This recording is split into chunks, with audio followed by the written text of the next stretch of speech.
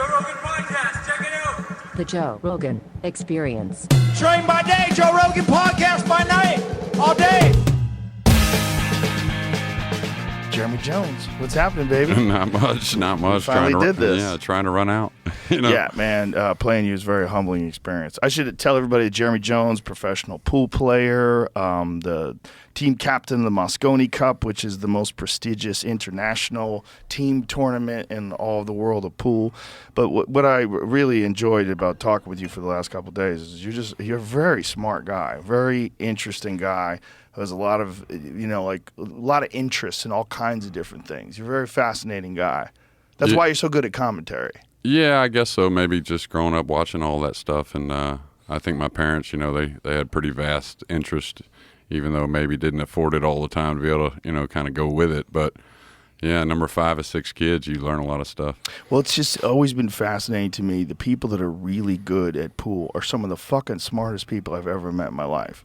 They just got that bug. They got that bug to chase this one thing, geometry and pockets and balls and collisions, and they got that bug to chase it. But some of the best players that I've talked to, they're some of the smartest people I've ever met.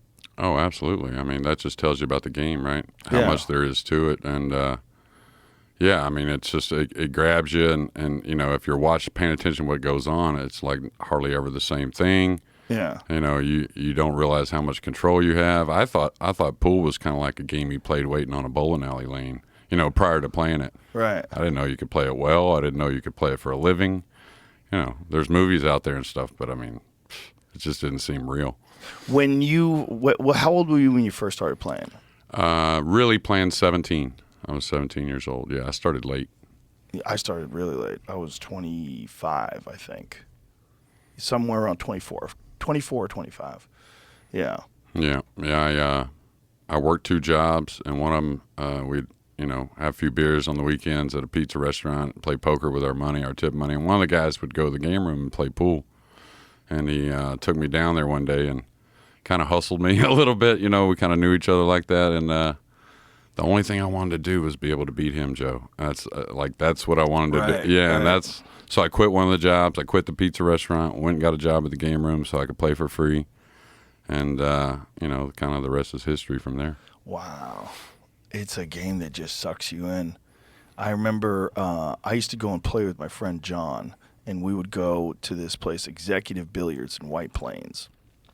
And when we got there, it was an interesting time because there was a lot of gambling going on in that place. And the guy, the owner was a wild man. The owner of the pool hall was this really eccentric musician. Yeah, his name was Guy Azariti, but he would use the name Guy Hamilton when he performed. He was this musician, like a piano player, like really good musician. And he had some money from, his career as a piano player, and he was really into pool. He loved the culture of it. And so he was the owner of this joint. And we were all just hanging out with him, having fun, and I would go there, and it would be filled with people gambling. And I was like, this place is wild. And then I was watching like really good players play when I was, just starting out. Didn't know what I was doing. And I was like, that looks so different than anybody else I've ever seen play pool. Like the way they hit the ball is so soft and they're in such control. And you're watching the ball spin off the cushions and get perfect on the next ball. And everybody's like shaking their head. Wow. I'm like, that got me hooked. That's absolutely. What got me. Yeah, I think the culture of it is a big part of it. I mean, just being able to gamble and not take it personal. Right. Like you hate the casino when you go lose, right? Right. I mean, they're like cussing the casino, they're cheating, they're doing this, right? But I mean, where I was at, we could gamble and then we could hang out. You know what I mean? And then we're on teams next day and we're not on, so that to me was pretty fascinating overall, There's a culture that encourages more gambling, and the best way to encourage more gambling is not have fisticuffs every time somebody loses. Like some guys just get too like it's a natural feeling. The guy just beat you. You feel you're angry at him, but really you should be angry at yourself. Yeah, absolutely, And it's just that's what you're both trying to do. It's an agreement. Like you figure it out. Yeah, I mean, you beat a guy, you don't bust his chops too often, right? You let him cool off, and then all's good. But everybody goes back to like McCready's character in The Color of Money, which is apparently from what everybody tells me from those days, really McCready was probably like wilder than that. when No, he was I playing? think I've sweated it 100%. Really? Oh yeah, yeah, yeah. I was in with a player playing Keith, and I think they played something like 4 days or 5 days with like a 8-hour break or 10-hour break in the middle. Wow. You know, and if you stay there and sweat that kind of pool with those guys, you see stuff that you're just not going to see. You know what I mean? They get a little rum-dum, they get a little agitated, then they're hugging. You know, an hour later. Oh yeah, it's crazy. Yeah, but Keith would definitely talk a little bit. You know, he liked a little banter. Those are the craziest legendary sessions when guys just gambled for 3 straight days in a row. And people think it's bullshit. But that's part of the thing about pool and gambling is nobody wants to quit. Oh, no, you're trying. I mean, if you don't quit when you're up, and if you're down and you still got some fight left in you, this guy might get tired. Or money. You know, you might, right. I've seen him go through 3 or 4 steak courses in a night. And, you know, but That's I mean, wild. I think you and I were talking about it earlier, so much different these days. When I went to the pool room, I was fully rested, like 10, 12 hours, because I knew I'm there to beat 4 or 5 guys. I'm going to be there 20, 30 hours. Wow. Yeah, I mean, you know, that's what you want. You want to put the parlay on them, you know, like that. You want to take a, somewhat small bankroll and try to run it through somebody. So that's a fascinating way to live your life. It really is. I've always, that if out of all of the things, if you talk about like American folklore, just like American culture, all the poetic characters, the professional pool player is one of the most interesting because it is the least guaranteed job that has ever existed. Yeah, there's lots of sayings. I think it's the hard way to make it easy living. Easy living is one of them, right? But I mean, if I was lucky, I was around some of the old school ones as well, and the charisma is true. Like if you see genuine charisma, I mean, it's a real thing. Yeah, and that's what the old guys had. That the other young guys have it too, but it's just a little different. Well, everyone seems, it's interesting because it seems like pool is just like every other thing in that the guys today are as good, if not better, than anybody that's ever existed. Oh, absolutely. And there's more of them. That's the problem. Yeah. There's so many of them. Yeah, exactly. And I'm and so more common. impressed. I mean, Europe, Asia, guys from Taiwan, guys from China, guys from Japan, guys from Spain. It's like, whoa. Killers. Most global sport there is, I think. It's amazing how much talent there is out there. Like I'm just so impressed with what the level is now. Because if you no disrespect to anybody who played back in the day, but if you go back and you watch a tournament from like the 80s versus you watch how these guys are playing now, it's almost like it's a completely different game. Yeah, I mean, different style, rather. Yeah, I think the equipment allows for that too. Yeah, though, you know what I mean. So yeah, and the training. I mean, these guys. You had Federer Gorst. I'm sure y'all talked about his regimen, right? He's my perfect example. He's almost playing like a totally different style of pool. Like his style of pool is like, it's so perfect. Like his position, the way he stands with his body, how rigid it is. It's like people that don't understand that are just seeing a guy just make something look easy. But people that do understand, it's like, that's like a work of art. Like, look what he's doing. Oh, absolutely. It's like artwork. Yeah. He's kind of like, back in the day, you'd kind of, I used to say to a lot of guys that go on the road, hey, if they don't beat me in the first couple of hours, we're all right. You know what I mean? Because I'd get better and better and better. And he kind of doesn't even look for that. He doesn't even want a gear. He just has, it's just steady gear the whole, you know what I mean? It's just like, he's not looking for that rhythm, even though it's there, I guess, a little bit, but he's just a different machine, Well, he's so well trained in terms of his fundamentals, and it's all so repeatable. And I think that exists in martial arts, it exists in archery, and it really exists in pool. If you have really good fundamentals, like that's why a lot of those snooker guys really excel when they try to learn pool. Their fundamentals, like their stroke fundamentals, are so perfect. Yeah. I mean, they learn some things as they come over. I mean, they hate when you say snooker, though, right? Don't they give you a hard time? It's snooker. Snooker, yeah. Or I still don't know why a bank is called a double in snooker. Just a one rail bank is called a double. So I mean, there's a few of them that I'm not really sure about, but that's an interesting game too. Oh, it's a great game. Yeah, I mean, I think I think 9 ball's a little better looking for today's people. You know what I mean? Like snooker is done really well, and it's got a great following, and it should. But I don't know. There's nothing like breaking and running now. Yeah, the different balls. Yeah. You Yeah. feel a little more aggression. I think. Yeah. Which in sports you usually want to feel that aggression, right? So. And if you fuck up and leave the 9 in front of the hole, it's an easy victory for your opponent. There's something beautiful about luck, the luck aspect in 9-ball. Balls bounce all over the place, and when you're down, and then all of a sudden, boom, the guy shits a 9-ball in. You're like, God damn it! And you can change it around. Yeah. You know what I mean? You Yeah. turn things around. It's such an exciting game, and it never stops being exciting. When it's played at a good level, it just never stops being exciting. It's like it's one of the most engaging physical games that I've ever participated in.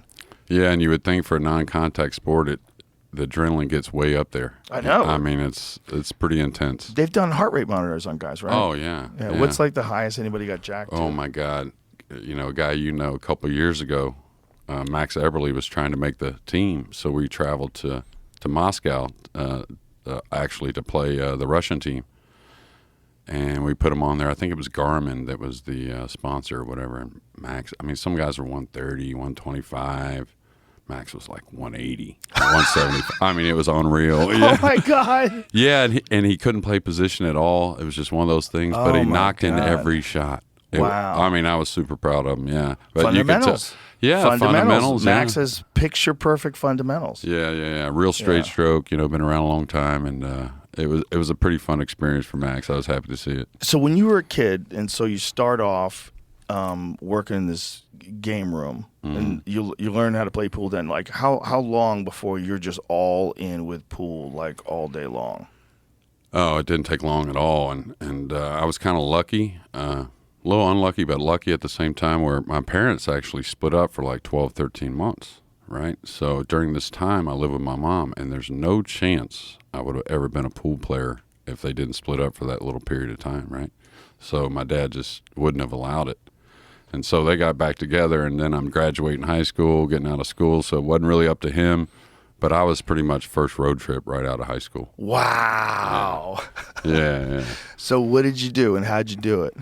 Okay, the road trip? Yes. Okay, so me and my high school buddy, Doug Donovan, then we went and played we played a lot of pool together. We decided we're going to do this. And his was more of an experiment kind of thing. He was going on to UT and, doing his thing. And so we went to New Orleans first. We were going to go visit my grandparents in Florida. Knew Florida was a good spot. So we went Florida, we went New Orleans first, Mississippi second, Alabama third. We hit all these spots. And back in the day, now I didn't know this as of yet because it was my first road trip, but on a normal road trip, because no cell phones, right?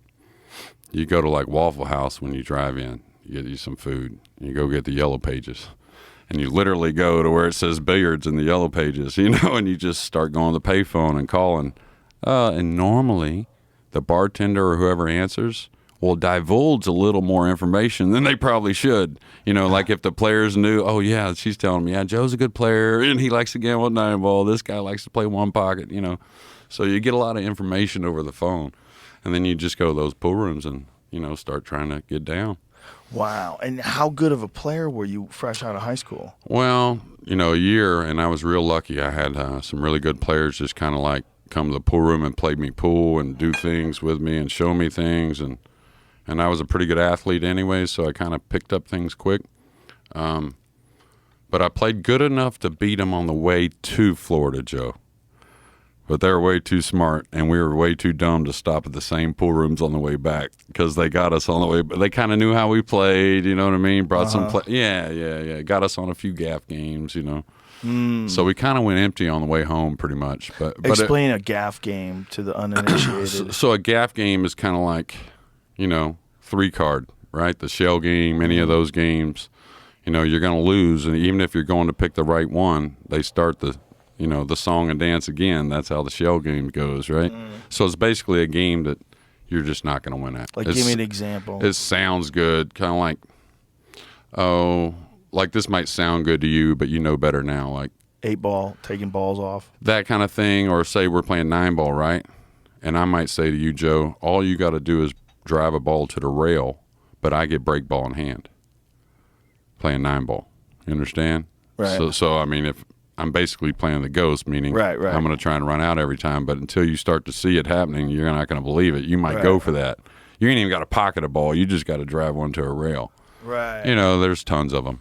So that's an interesting game to play with someone who can't play, because that would get them thinking, I can do that. Or naive pool rooms. Like if there's not any pool rooms with a good player that just really ain't running out, I mean, that just sounds like the world.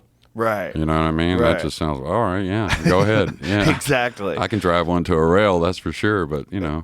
But the thing is, like practicing with you today, probably not. Like, and especially if it's a bucket, it's a large pocketed table, you run out like a champion, man. It's amazing. I know you're not like playing professionally as much anymore, but damn, that was really impressive. Yeah, I've been here a few days. Got to play a little pool here in Austin already, so that's good. But shout out to Skinny Bob's. Yeah, Skinny Bob's. That's a great spot. Yeah, the 50th going on, the longest running tournament in the country. I went there last year to sweat it. Yeah. I might try to make it there this year too. It's fun, man. I love watching high level pool.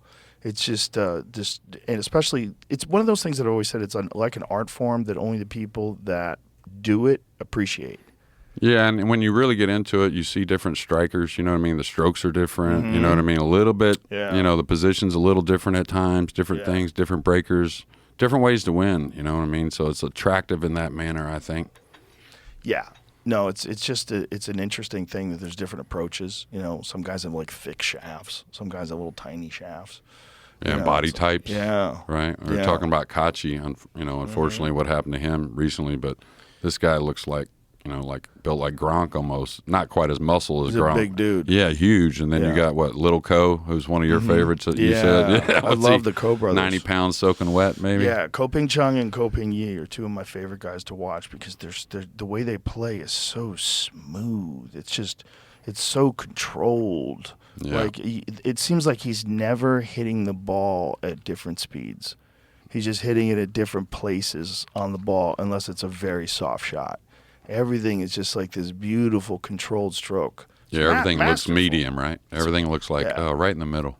I forget what match I was watching recently, but he broke and ran the first 5 racks, and it was just like exquisite. Oh, yeah. Like little one? The little one? No, that was the big one. Oh, Ko Ping Yi. Yeah. Yeah, there's a third, assassins. There's a third one, I heard. Yeah. I haven't seen that guy play. Yeah, he's got a lot of talent. He's way tall compared to the other two. Oh, really? So it's almost like when I watch him, he's still kind of getting his coordination as a tall man because he's pretty young, So, yeah, but he's got a lot of game as well. There's something about, watching these guys from the time that they're really young. Like, some guys get so good so quick. Like Wu Chao-ching. That dude who won the world championships at, 16 years old? Yeah, the 9-ball, and then later in the year, the 8-ball as well. Insane. At 16. Oh, yeah. I was there when he won the 9-ball. He was, like, fearless. Well, he manhandled the whole tournament at 16. It was like you could see after, like, the 3rd or 4th round, a little different complexion on his opponents compared to everyone else's opponents. Yeah, he was an interesting guy, too, because he played with a heavy Southwest, right? Yeah, the Chinese Taipei, former Taiwanese, right? That's a big common cue for them is the Southwest. Maybe more on Southwest and Chinese Taipei than anywhere in the world. Well, that's what's interesting, too, is that everybody has like a different philosophy on whether a cue should be heavy or a cue should be light.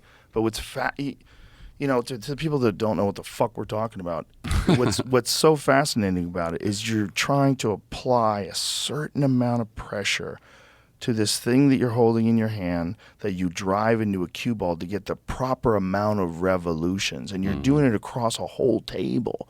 So it's like a 9-foot canvas. And when the ball goes 3 rails and comes all the way back and sits perfect for position on the next ball, it's one of the most beautiful things in life. Oh yeah, the curve. People don't realize the cue ball curves all over the place. Yeah. You know what a masse is, right? But like every shot, it curves. So how much knowledge did you have when you were out there hustling when you were 17? Did you know how to make a good game? Did you just wing it just for experience? No, I mean, Baytown, where I'm from, east side of Houston. So, I stayed in Baytown, that area, for the first 6-8 months I played. And then because everyone said, don't go to Houston, too many great players. And so I started going there, but I started learning real quick. Like, you're trying to hang on to your bankroll, you learn a little quicker. And so I was a little savvy for a year player, probably a little more than most, but yeah, I was pretty naive. And so you were telling me, we were talking about earlier, that there's parts of the country that are not good to go to for gambling. Back in the day, at least. Back in the day. Yeah. But the South is overwhelmingly good to go to for gambling. Oh yeah, absolutely. Yeah, it's just like tournaments with Calcuttas or auctions. Mm-hmm. You know, a good auction in New York, if they even have one, might be like 5,000 in there. You know, where Buffalo's, I think they had, I don't know, 320,000 or something like that in May. Are we and that's in New Are Orleans. we going to get in trouble with the IRS because of this conversation? Well, no, it's legal in Louisiana, Oh, okay. so they don't take anything out of the purse or anything. So there's no you know what I mean. So for people that don't know what a Calcutta is, so if Jeremy was in a tournament, you could actually buy him in the tournament, and you're gambling against all the other people that are picking different players. Yeah, they auction everyone off Yeah, on a so side everybody pot. gets Yeah, auctioned. exactly. Yeah, And if there's a lot of gamblers, it can get pretty high, and it gets fun. yeah, Sometimes like Yeah. like at your country club, like a tournament, like your club tournament or whatever. They usually do a Calcutta for do they each do team. that too? Yeah, they do that in golf a lot. Yeah. So when you were first just trying to go out and get games, you're just calling people in the yellow pages, showing up at places. And how do you know your speed in comparison to are you just guessing? A Because little. these are your first experiences traveling. Yeah, right? yeah. Yeah, I mean, you hear about things, right? You get information from people as you go on. You start to know people. You meet this guy in this area, that guy Right. in that area. So you keep in touch, and if something's serious going on, they send you a page on the old pager, and you make a call and you make a decision if you're going to drive across. Now that was a few years into it, but at first it was kind of like I did some dumb shit, went in with a mechanic shirt on, all greased up. Well, Color of Money didn't get me going Right. for pool. That was a little bit before, but I did watch it. Right. So I kind of felt like, You can be a hustler. yeah, but immediately went away from that. A lot better just to go in and say, hey, we like to play, Yeah. and they usually get one of their better players, and you're hitting every little town. Yeah. You know what I mean? So you're betting on yourself a little more often, and it's easy to tell pretty quickly unless you catch one of them smart guys that know how to stall, that are hustling you, you know what I mean? Right. So that's happened. Did you encounter a lot of those? A lot of attempts, but normally the hustler would come up asking for a big spot. The smart hustler was the one that could come in and start playing you even and then figure it out from there. It's just a little easier to get down. And I knew a lot of those guys that, were there to win. Now, when you would go to a new pool room, would you try to make a friend and maybe give them a gapper if you steered you in the right direction? Yeah, that was kind of touchy. I mean, you might learning quickly that if Double steer. the same guy that's going to give you information is probably talking to someone else too, Right. Kind of thing. Yeah. So best off to be able to evaluate a room pretty quickly, and it's amazing from coast to coast how common people are in the pool room. And when you were doing this, did you realize how wild it is to be a young, free man just traveling the country, gambling on pool? Did you realize how wild that is? Absolutely. I got reminded of it a lot of times just because you get stuck in situations and you get to know people and they kind of remind you of it. We were in Chattanooga one time. We were stuck for 2 weeks because it was the blizzard of '91. I don't know if you remember. It was freaking crazy. People died in the mountains because of it and all that. But so we're stuck and we're basically walking to the pool room, sliding to the pool room, whatever, every day. So you kind of think about it. And then my friend that was with me, he finally had to end his road trip to go back and go to school. So that reminds me of what I'm doing a little bit. Right. That I'm Right. out there just kind of going from place to place, single, just playing all the pool I can. And it was great. Yeah, pretty special. Yeah, it's romantic. Yeah. It's it really is. I mean, how many movies are there about pool hustlers or that type of person who's just living this? I mean, that's what was so attractive to it to me. It was not just watching people that played really well. It was the culture.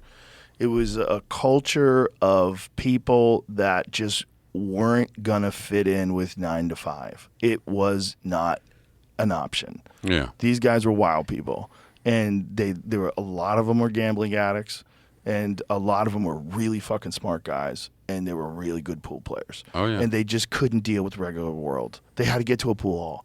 Let's get to a fucking pool hall. Are there any pool players around here? And they didn't give a fuck about anybody who wasn't a pool player. Yeah, they're comfortable. You know what I mean? Yes. So, and they yeah. were just around these people, and every day would be the same kind of conversations. Like, this guy could get the A, and, and it was always like, you don't have heart. You Well, that was ain't New York, gambling. right? Oh my God, New York was so much talk, but so little like real high gambling that I saw. But I saw a few. I told you about Water Dog when he played this guy George the Greek. That was one of the craziest things I've ever seen. I've talked about it before.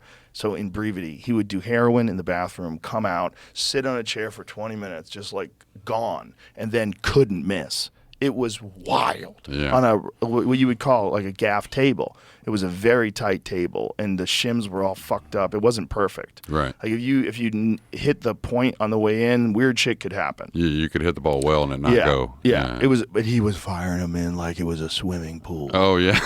He was firing them in. It was sound like Earl right there. His stroke was so pure. It was so pure. It was so wild to watch. He was just running out. I think he might have run like 75 and out or something like that. Like something which crazy. is like 300 on a regular table. We just watch him do it. It was like watching him just run ball after ball while George couldn't do shit. He beat him a couple times like that with different games too. I think they played some one pocket too. George loved one pocket, but he would gamble high. He would like be the one guy that would gamble thousands of dollars. And then there was this one dude named International Sal. And International Sal made his money from American Express card scam. Way back in the day, they would get the carbons, and then they would make duplicate cards and buy a bunch of shit, and then sell it. And he would go to the pool hall, and they would bring him bags of cash, just bags of cash, and he was just there all day gambling, losing. Yeah, well, he was probably one of the few gamblers there. I mean, I love New York. I love the guys around New York, but it is more of like a lot of shit talking, really, and not as much action, maybe. It's interesting that that's the case, because you would think of New York, you would think of like wild people, crazy. They're out there on the streets, they're gambling, like. Yeah, it's almost like they've been doing it longer, though. Like they're smart. You know what I'm saying? Like, I mean, they want to win. I mean, they want the edge, and that's another part of it that's always awesome. When you're in there trying to match up, everyone's trying to get a little edge. Yeah. It's just almost like human instinct to try and get a little edge, Did you read Running the Table, the Kid Delicious book? No, I haven't read it completely. It's a really good book. It's a really good book. He was a great guy. The guy who wrote it, what is his name? John Wertheim, I believe. Fucking just did a beautiful job, like painting that romantic story of them doing the same thing, like traveling the road and playing pool. And I know there was all this talk about turning that into a movie, and I think it would have been a great movie. I think if the right person got a hold of it, it really understood what you were talking about. Yeah, Danny used to talk about it. Yeah, possibly becoming a movie. So I know they were trying to do something with it, but then they died. So I don't know. What they would. I don't know. I mean, you would have to get someone to play him that looked like him. I don't know if anyone could ever act like him. No, though. He was awesome. Like incredible. One time we were in Toledo at the Glass City Open, and Sports Illustrated was following him, and me and him were playing like the third round, the winners. And I got him like 10-6 racing to 11, and he comes back and beats me. But the shot he made to win at Hill out of the pocket, right? Like, how you set the ball up in the middle of the table, and you put the cue ball in the corner and you try to follow it in sometimes, or you try to draw. I mean, and he stabbed this ball in, but he gave the Sports Illustrated photographers the Hulk when he beat. I mean, it was unbelievable. I mean, it was great. Right in Sports Illustrated too. Right? Wow. So, yeah. Yeah, I love that guy. He was incredible. Yeah, there's a few really good books on pool. Playing Off the Rails, another one. Yeah. Really good book on pool. And Tony Anagoni. Yeah, Tony. But that just romantic vision of this person doing like the craziest kind of way to make a living. You're making a living off of your skills, and you're just gambling random people in pool halls. And the people there are looking out for people like you because they know people like you come into town. Yeah, but they kind of like it too. Yes. You know what I mean? Like, of course. It's, more like, we call it complimentary action these days. When you become kind of a name, people want to play you, and, they play you, like Shane, he goes to these places, he'll play 50 a set. There was a He'll guy make like 10,000 playing 50 a set. There was a guy who was really good who was from, I believe he was from Montreal. Paul Portier. Yes, Paul Portier. Paul Portier came through Executive Billiards and robbed a bunch of people. Really? Yeah, that was fun to watch. Wow. That was fun to watch. Because he wasn't a big gambler per se. Yeah, You know what I mean? So good. He was so good though. Yeah. He was stealing with some of these guys. He's a really good teacher up there now. I think that's Yeah. what he mainly does. Teaches pool. Yeah, he shot my friend Johnny's nuts in. It was beautiful to watch though. I mean, the guy just watching someone who's just just elegantly moving that ball around the table for perfect position. He was kind of an elegant kind of guy anyways. Yeah, he was always dressed cleaned nice. up. Yeah, real nice, Yeah, real handsome. clean. Yeah, it seemed like, Jackie Gleason. There he kinda. is. Yeah. There he is, his beautiful mustache. Hell of a player. Yeah, he actually lived in Texas for quite some time. Oh, did he really? Yeah, he lived in the Dallas area. So he was the first pro that I ever saw that came through Executive. Oh, wow. The first real legitimate pro. And that was, early on, I was just learning pool. Yeah. Just learning pool. Yeah, well, he was pretty solid fundamentally and stuff, kind of critique that, so be a good one to watch. But he was kind of like just a 9-ball player, so not to pick on Paul, of course, but when you're on the road, You got to play everything, huh? You learn you got to play, yeah. You're going to come into some areas where they just don't play 9-ball. How many times have you gone to a place that they only play bank pool? Well, I'll tell you one place. I was in Cleveland. So I was on the road with Which is right next to Kentucky. Well, this is north. Ohio's north. Oh, though. Cincinnati. Yeah, Cincinnati. Cincinnati's north. Yeah. Okay. I'm trying to think because Kentucky's supposed to be the bank place. Well, I'll get back to that one I was going to talk about. But yeah, I went through all over Kentucky, a lot of small towns. That's the only. Now, I wouldn't say that's the only thing they would play, but that's the only thing they would play me without knowing me. Oh, okay. So like Mount Sterling, I don't know how old this pool table was, right? These pool balls were so old, they were like snooker ball size. They were worn out? Oh my God. It was unbelievable how they're like BBs. I mean, these balls, right? No, this guy had been racking the balls for 60 years getting a quarter in this pool room. What? 60 years for the gamblers. I'm playing like 300 a game. These guys play 200, 300, 400 a game. He gets a quarter or a rack. For 60 years. Did he ever get a raise? Did he ask for a raise? I don't know. I was only there like 2 days, so I don't know. Yeah. Can I get $1? But no, he was happy as hell. Wow. He looked, just one of the nicest guys in there. Just being there. Yeah. But one time I was in Cleveland and I was on the road with a friend of mine who's a black guy, right? So he's going to take me to these spots where the black guys play mainly, like in that area. So I walk in this pool room in Cleveland called Carnegie Billiards, and the whole area is more black area, right? So we walk in the pool room, and there's a sign that says no 9-ball allowed, no recreational pool allowed. So they had eight 9-foots and a billiard table, and you couldn't take your date in there. It was all action. Wow. Yeah, so the guy, he's like, you're young. No recreational play. Yeah, no recreational play. Yeah. Holy shit. Yeah. You'll see those no gambling signs? That's a no gambling sign. Yeah, exactly right. Exactly right. I love that. No, it was recreational awesome. play. So the guy that ran the joint was called Shorty, and he was one of the younger guys in the place. He's probably 35, and this is 1994, so I'm 23. So he says, you're kind of young. He says, I know you want to play 9-ball. He says, I'm going to let one set for 500. He just first thing he says to me. So, because he knows the guy I'm with, so we're there for action, And so I beat him a set of 9-ball. It's only 9-ball played. But I stayed there 2 weeks playing those guys, and all they play is one pocket, banks, or billiards. That's it. Wow. Yeah. 3-cushion billiards? 3-cushion billiards, yeah. Wow. Yeah, there were a couple really great players in there that, they kind of played, giving some handicaps in the 3-cushion, but it was mainly one pocket and banks. That's a wild game, 3-cushion billiards. It's one that just, for whatever reason, it's really hard to find. It never took off for some strange reason in America. Or it did at one point in time. It was very popular, right? Yeah, it was popular, but it was more like exhibition, and the tournaments just didn't pay that much. It's almost like the old school players back in the day. They didn't make their money off the tournaments.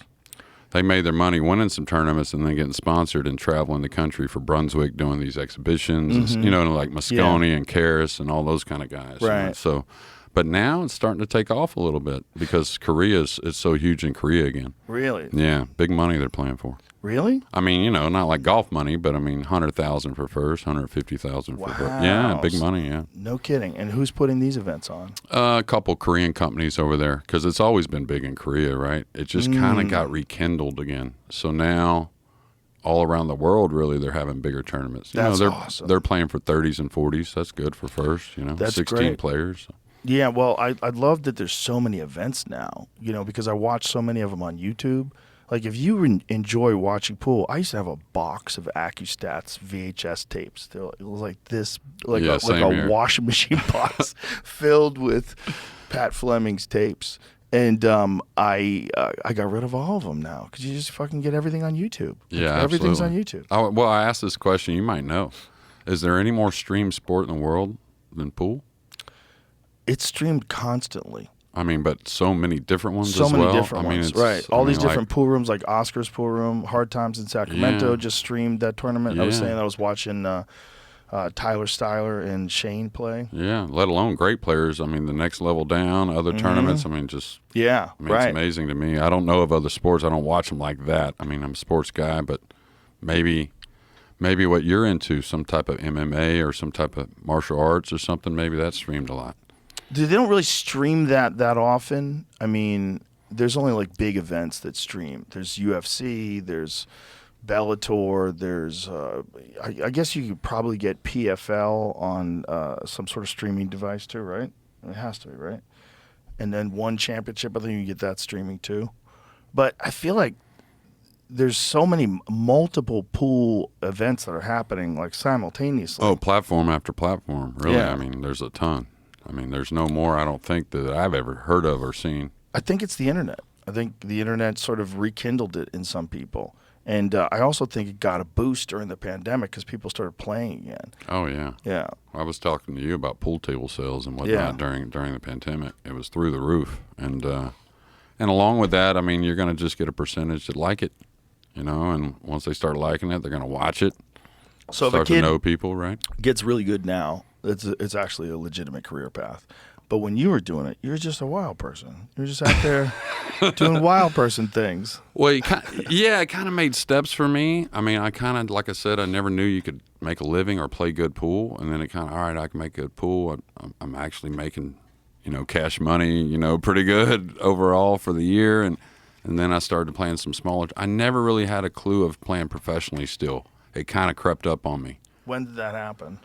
Well, 1995 and 6 is Johnny Archer kind of just told me, he said, hey, you need to start playing the next level. You said you're the good enough player. It's where you should be. It just depends on if that's what you want to do, And so I still gambled afterwards, kind of slowed down a little more of the gambling, started to go to tournaments, traveling all over the world in the, country playing tournaments. But I started to realize I really liked the tournaments.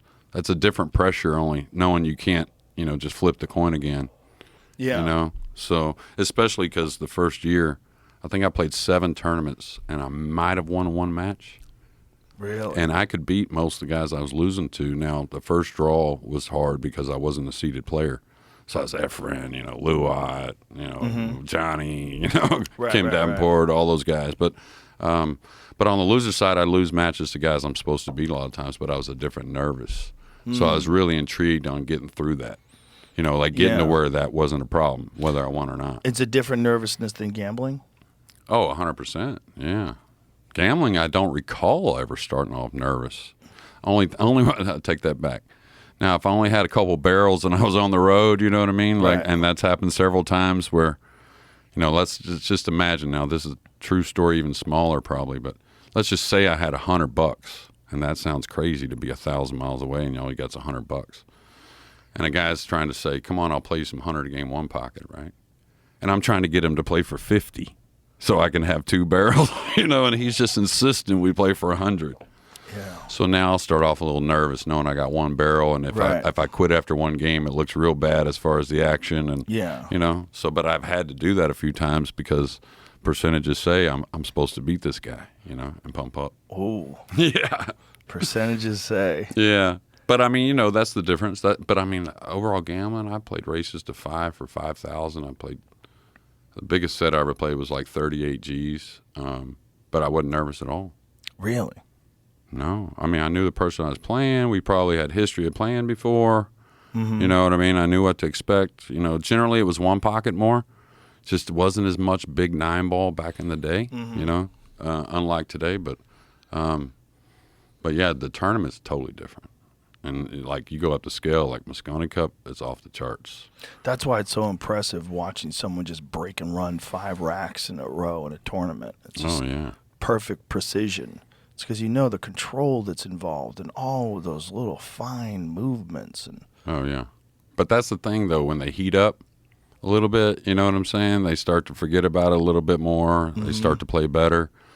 But even the fillers and fetters and all them, you know, and they'll tell you, but they're nervous. I mean, you can see it out there, you know, like, you know they're nervous, but they're battling through it. yeah, I can imagine. Poor Max at 180 beats per second. And he was pissed, too. 180 beats per minute is so much. That's like a full-on sprint. No, it was way up there. And there was somebody, I can't remember exactly, maybe it was Shane, that was like 90 or 85, like way, way down Well, there. he shuts that hearing aid off. I know. It's strong, huh? That's such a great thing to be able to do, to shut the world out. It's not a great thing to be deaf, obviously, but to have that with Poole, you know, it's almost like he's like, it's like, do you know what a sensory deprivation tank is? Mm-mm. I'll show you one. We have one out here. Okay. You lay in salt water and you float, and the water's the same temperature as your skin. You close the door. Total silence, total darkness. And in the absence of sensory input, your brain becomes like supercharged. You can think about things better. You see everything more clearly. Wow. And you start to almost achieve like a psychedelic state while you're doing this. And the benefit of not having sensory input is the other senses for whatever, or your mind rather, is more free. It has less resources that are hogging up its, you know, its Makes sense. its energy. I imagine that's what's going on with him. He shuts that hearing aid off, and he can probably just completely concentrate on the game. Well, that and the one I thought about with him, because he's always been talked about with practice so much, right? His regimen was so, you know, long, right? Yeah. But I mean, to be able to shut them off when you're practicing and be in a pool room, you know what I mean? Like really get involved in yourself. That's the big deal with most guys that practice, even the ones that want to get bothered a lot. You know what I mean? Right. Distractions and whatnot. Probably also just his situation when he was there, people just left him alone. They kind of knew it. You know? I was hanging out with Max Eberle, and we were at this pool hall in Las Vegas that this Italian guy owned. This guy had the best food of any pool hall I've ever been to in my life. I mean, legit Italian food. It was sensational. He had lasagna and linguine with clams and garlic This in Vegas? bread. Yeah, this guy was from Italy, and he would bring over food from. He was like a chef in Italy. He'd bring over his food from Italy, like imported mortadella and all this. It was insane that the food was so good. But anyway, this is while Shane was still on top of the world. This is when he was doing the tar matches and all those things. And we're playing. It's like a Friday night before a UFC, and Shane is practicing by himself for like 5 hours. Oh, yeah. Just 5 hours, stroking in balls and getting perfect position and setting things up again and setting things up again for 5 hours by himself. Didn't talk to anybody, just firing balls in. Well, that's the amazing thing, too. You ever see him just sit on the back rail with the cue ball and set up the long shot, hitting it 100 miles an hour? Mm-hmm. Well, try doing that for like 3 or 4 hours straight. Yeah. Hitting the ball that hard, you know, swinging that. I mean, you'll be wore out. I mean, he'll win the hot seat at the U.S. Open and be the first guy practicing, not even play till the next day, you know, be there 8 hours, 9 hours, getting ready. Next day, he wakes up, does the same thing 8 or 9 hours before he's got to play the big final. I mean, Wow. Oh, no, he's sick. He's a sicko, for sure. But, I mean, it shows, though. It shows. Yeah. I mean, I don't know if there's anyone better in the tough shot ever. I mean, I know Filler's awesome and everything, but the true tough shot, I mean, under the biggest pressure, maybe Shane's the best. Well, he's certainly in the argument as the greatest of all time. I mean, you got a handful of people, Efren and so many different people. And we were talking about Bustamante when he was in his prime.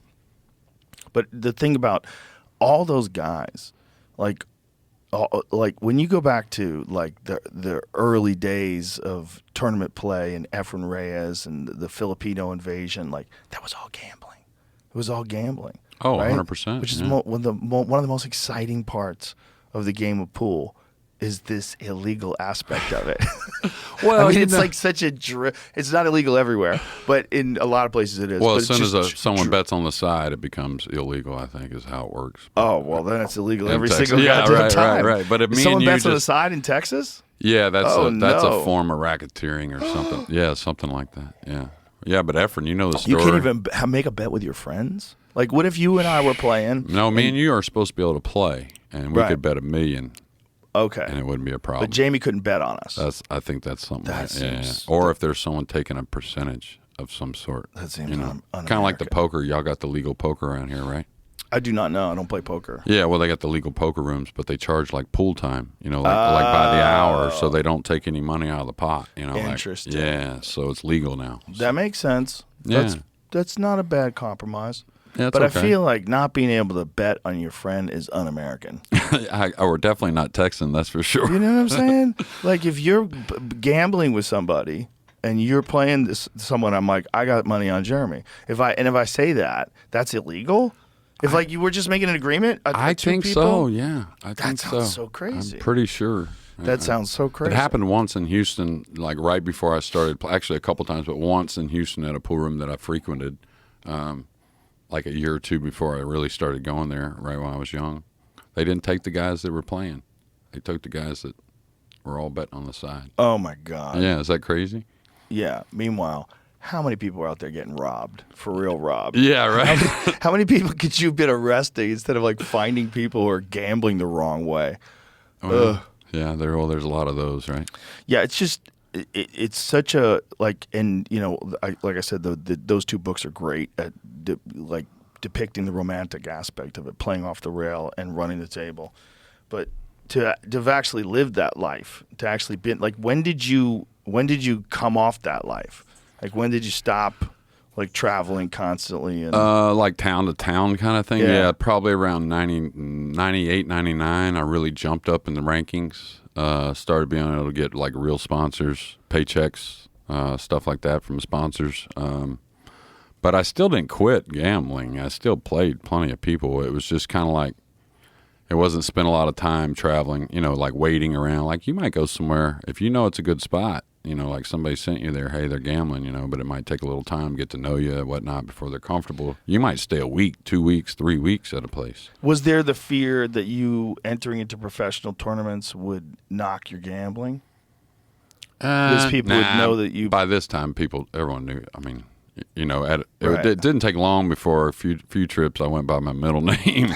Yeah, because there were magazines that, you could see what's going on around the country. Right. You just might not get a picture or a video of it or whatever, so you start to hear names, So like first time I went to California, I did that actually, and, it worked out nice. So what did you do? You just use a different name? Well... It's a funny story, and I think he can laugh about it now. But Marcus Schmat is, right? Mm-hmm. From Sweden. So there was a guy that was staking him, and a lot of other great players, and he was big action. The guy was, and I knew Marcus was out there, and so I'm in hard times. And I think I told you about this the other day with Keith. But the only two people in the hard times that knew me, all right, was Keith and Jose Perica. All right, so everyone else didn't know who I was. So Marcus Schmat is standing next to two other guys that I know play but won't play kind of thing. So I go up and I ask those two guys, I was like, one of y'all want to play some, $50 or $100 sets of 9-ball, knowing Marcus is going to just jump right on me. You know what I mean? Like he's right next to him. So long story short, that happened. And but I introduced myself as Tyler, my middle name, like I just did, So we start playing. He beats me a set for 100 playing even. I quit. He offers me the 8. Beats me a set for 200. I quit. Now he offers me the 7. So now his stake horse starts coming over near me because Marcus is just stealing this little 4 or 500. Ain't got nothing to do with a stake horse. You know what I mean? This is just like pocket money. So now his stake horse comes over and he's kind of interested in the game. And he says he'll give you the 7, but you got to bet, everything you got. Well, I got like 25 or 30,000 on me. You wouldn't know it, but I do, you know, so I can't pull out 25 or 30,000. They're going to know something's up. So me and my buddy, we talked for a second. So we end up pulling out like 4,500. So we play for a little bit, and we're playing 7 ahead. We were playing a race of 7 for the 100 and 200, right? So now he thinks he's stealing because, I mean, the way I played in the other 2 sets, you know what I'm saying? So he just comes out like gangbusters. He got me like 4 games down. I'm talking to my buddy. I'm like, man, this is sick. We're going to get beat in this spot right here. I'm getting the 7, you know? So finally I get a shot, and I start to run out. Now I'm starting to run out. And so his stake horse sits there, and he says, man, ain't this something? You know what I mean? He says, we thought we were stealing. It looks real bad now. So I beat him that set. So now at hard times, you've been there, right, in L.A.? Yeah, Bellflower. Yeah, so they got the player side, right, with the tight tables, and they got the looser tables. Well, he had me on the looser tables thinking, you know, I'm just a sucker, you know. So he says, the stake horse says, double the bet, and we'll give you the 8 on the tight tables, right? So this is like really good for me. You know, now I'm getting a spot on even a tougher table. So I beat him that set. But during that second set, a friend of mine had built me a cue and sent it out to the guy that ran the tournaments in L.A., right? So I'm going by Tyler, and this guy walks up, and he says, real loud, he says, are you Jeremy Jones? Oh, like that. no. He says, if you are, I got a cue for you, you know? And I was like, no, I ain't Jeremy, because I'm in the middle of this $9,000 set playing, you know? So I said, no, I ain't Jeremy Jones, you know? And I just sent him on his way. And then the next day when I came in, Mark knew who I was, and you know, everyone spilled the beans kind of thing. No. You know? I had to go tell the guy, all right, that's my cue and everything. So, Was he mad at you? No, not at all. He understood. It's kind of like a funny story around there now, I think. But Marcus was mad at me for a little while. Yeah, that's what I was asking. Oh, yeah, because he was European, you know.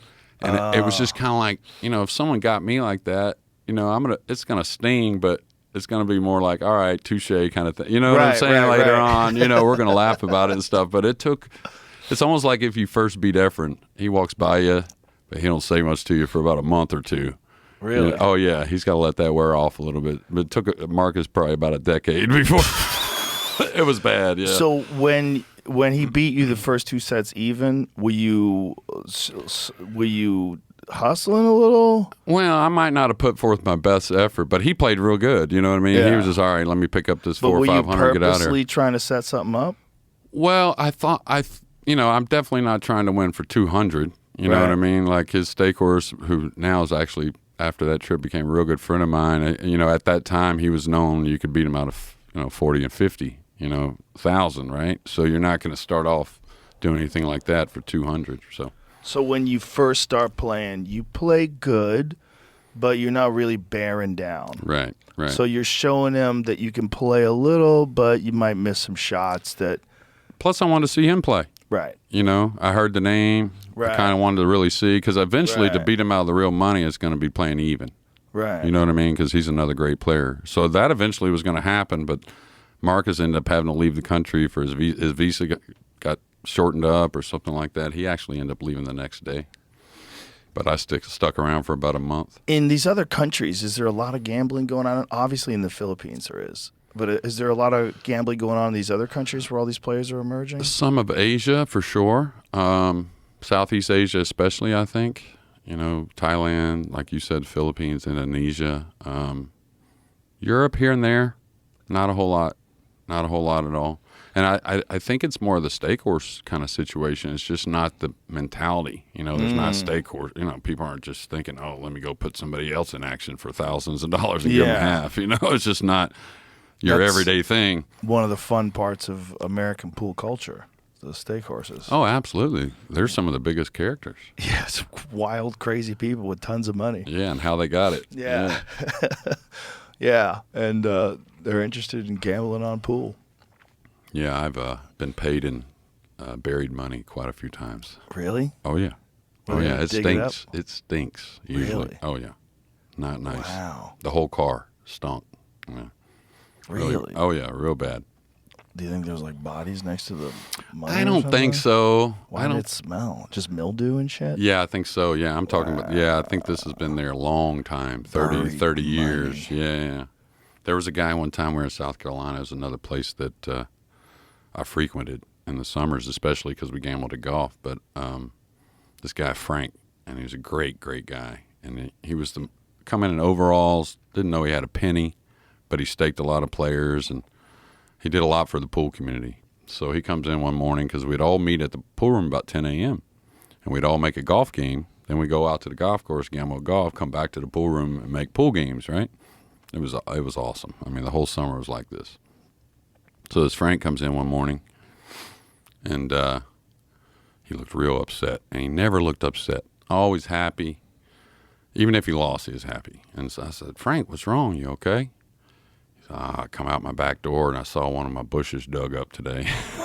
So one of his sons that was a little detached at times from the family for one reason or another, he let it stay there, and he said he knew it right. It was a $30,000 bush. Yeah. And so he took it like a grain of salt. He was more disappointed. It was kind of like a disappointed father kind of thing, more than upset. Yeah. He had plenty of money, Yeah. So, but it's amazing what people do with their money. Yeah, that's a Hunter Biden type move. Probably got it buried a little better. You need something. Yeah, but I mean, digging that money up for a need.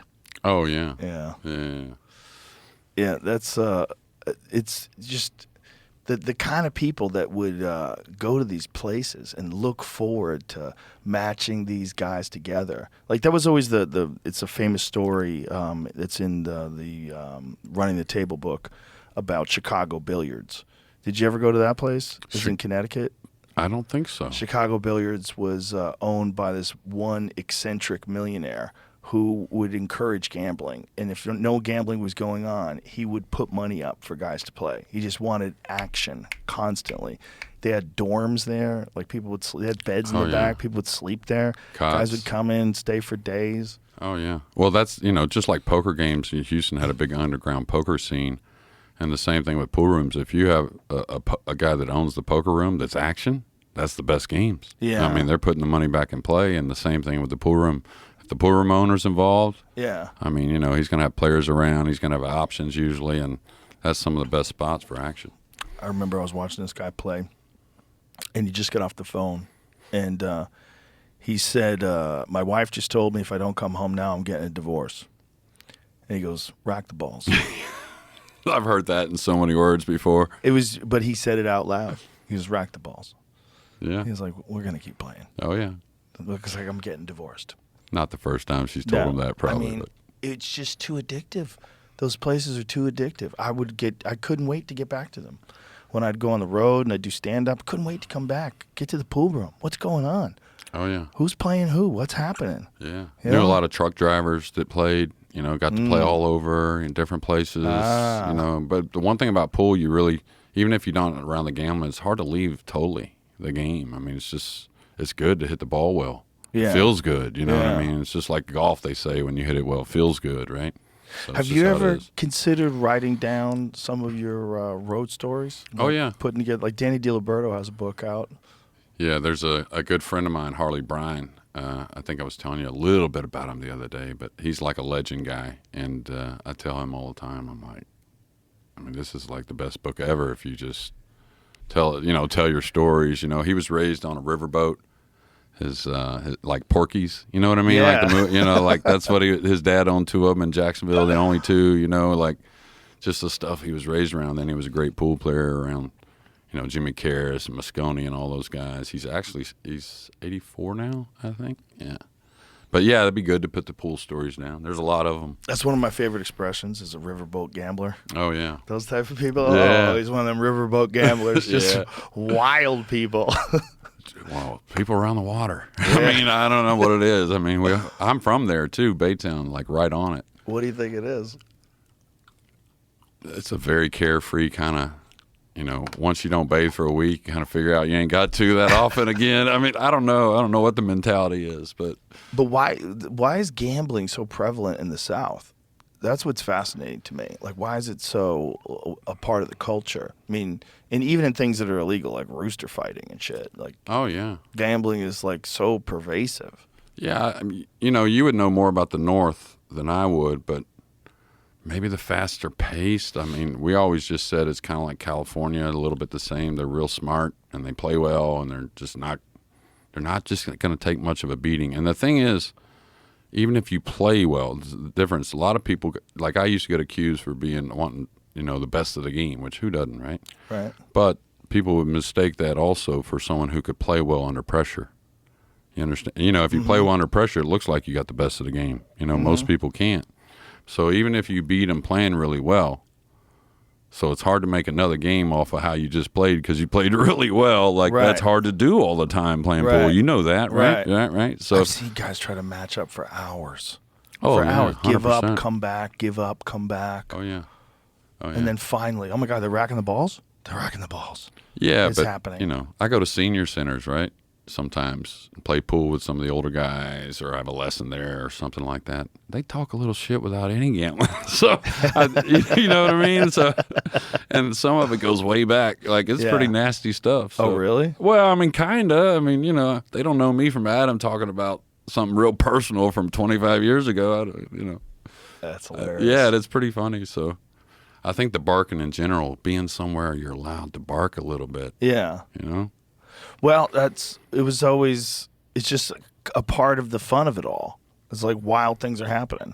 Oh, yeah, absolutely. People are accusing people, sharking them, and it's just... Well, the swings, too, the ups and downs. You just broke so-and-so. He's dead broke. He was borrowing money yesterday, and, you spent 2 days out of the pool room, and he's won 10,000 cents. You know what I mean? So you keep track of everyone. Yeah. Especially if you're in a place locally that you live at that has action.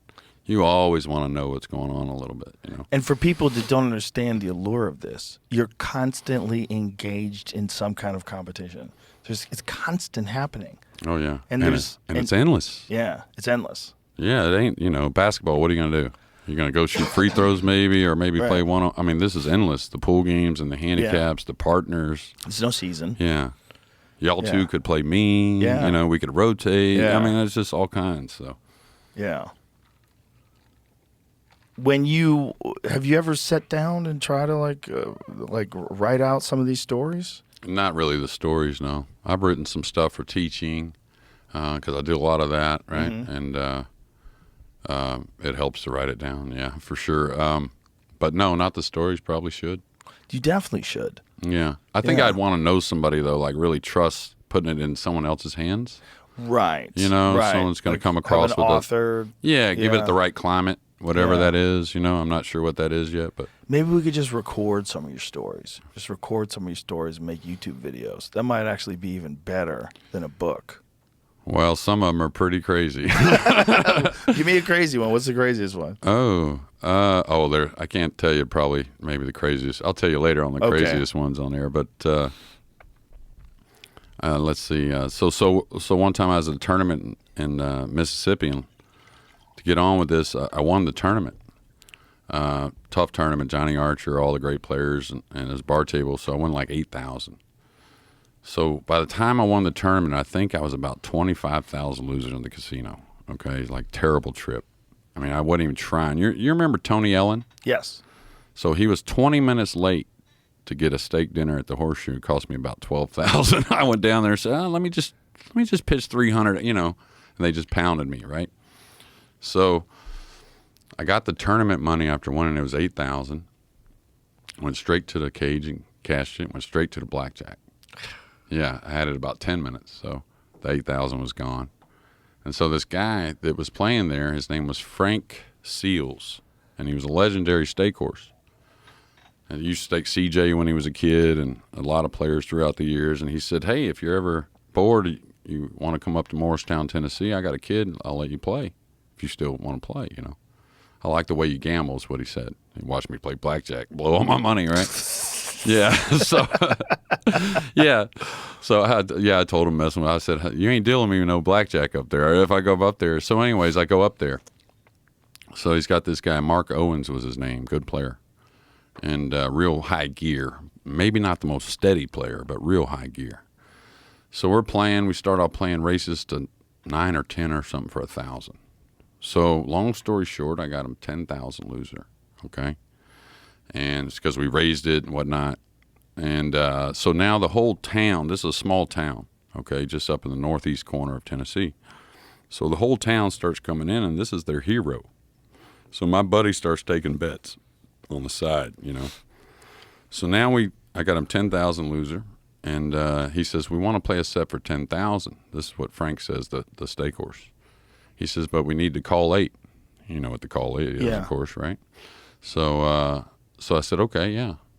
So we're going to race to 15. So we're betting about 10,000 on the side. Okay, so we're playing a set for like 20. All right, because my buddy's got a list of bets this long with all the town people. You know what I mean? Yeah. So it's 9-8 me. Instead of playing safe on the 8, I try to jack up off the end rail and stab it in and draw my ball. You know what I mean? Right. And I bobble it. He makes it. He breaks and runs 5 racks. He's up 14-9. So now he breaks, going to 15. And the 4-9 is wired over the spot. He makes an incredible shot on the 1. He's got the 3 down the rail, and he's just got a cupcake on the 4-9. So I turned my buddy, and I said, man, we ain't got but like 8,000 left, you know, because we were winner. We start off 1,000 a set. I said, we can't lower the bet. You can't do that. Then they know you're short. You know what I'm saying? Yeah. So I'm like, what are we going to do? You know, we get more money tomorrow, or whatever, right? So the pool table's here, right? He's shooting to this corner. Now, Frank is the only guy. He's sitting right here on a stool chair, right, like a little school chair. Mm-hmm. Everyone else is way back over here besides me and my buddies over here, right, all the people watching. So he knocks the 3 in, Mark does, and he comes down. He was kind of one of those guys that would fire the 9 in. You know what I'm saying? You've seen him. He rifles this 4-9. He could have just tapped it, and it would have rolled right in the corner. This ball went down and swirled around in the pocket. Jumped almost all the way back out to the spot. That's how far it went. Oh, my God. Yeah. All the money's on the light, right? So Frank, he knows about pool, and the ball's aimed directly at Frank. So as soon as he hits it, he knows it's in. So Frank starts to get up and get the money. I said, oh, Frank, I said, the 9's on the table. You know, Frank's like 75 years old. He's got glasses. So I said, the 9's on the table. He says, oh, I'm sorry. You know, like he didn't realize it didn't go in. Well, it did go in. It just came back out. Yeah. Never pocketed another ball the whole set. I played safe on that first shot. I broke and ran, played safe, broke and ran, beat him 15-14. Right? Wow. Yeah. So now the kid, he quits, and he's literally crying out on the stairs. Okay. So Frank says, come back the next day. We'll play you some more. So we come back the next day. We start out playing like for 3,500, races to 11. So I beat him 3 sets. So he says, hey, he's going to take a break. He said, I'll play you some more in a minute. I'm like, sweet, man, this is good. Good action, you know. So Frank's sitting in this chair right here, and the kid's practicing a little bit, and he hits a ball in that same pocket. It jumps the pocket, hits Frank dead in the eye, right? And his glasses, and blood's going everywhere. I mean, Jesus Christ. Oh, yeah. Yeah, it was ironically crazy, right? So we end up having to quit, and we never end up playing again. So the same pocket that kind of saved me the day before, right, kind of got him the next day, and we end up never playing, yeah. Funny story. What kind of shitty table is that? It was a Gold Crown, but it had replacement pockets. You know, the big black ones that go in. They're kind of bulky. They kind of move around a little bit. They did a shitty job. Yeah. It's old school pool hall. But oh, man. Yeah, that Frank, he was something else. So I'm playing, right? And he pulls up his overall. And I see a gunshot wound in his leg. I said, dang, Frank, you got shot? He said, yeah, my wife shot me about 10 years ago. I said, man, you mean your ex-wife, don't you? He says, no. He says, I'm still with her, right? I said, damn. About 3 months later, she killed him.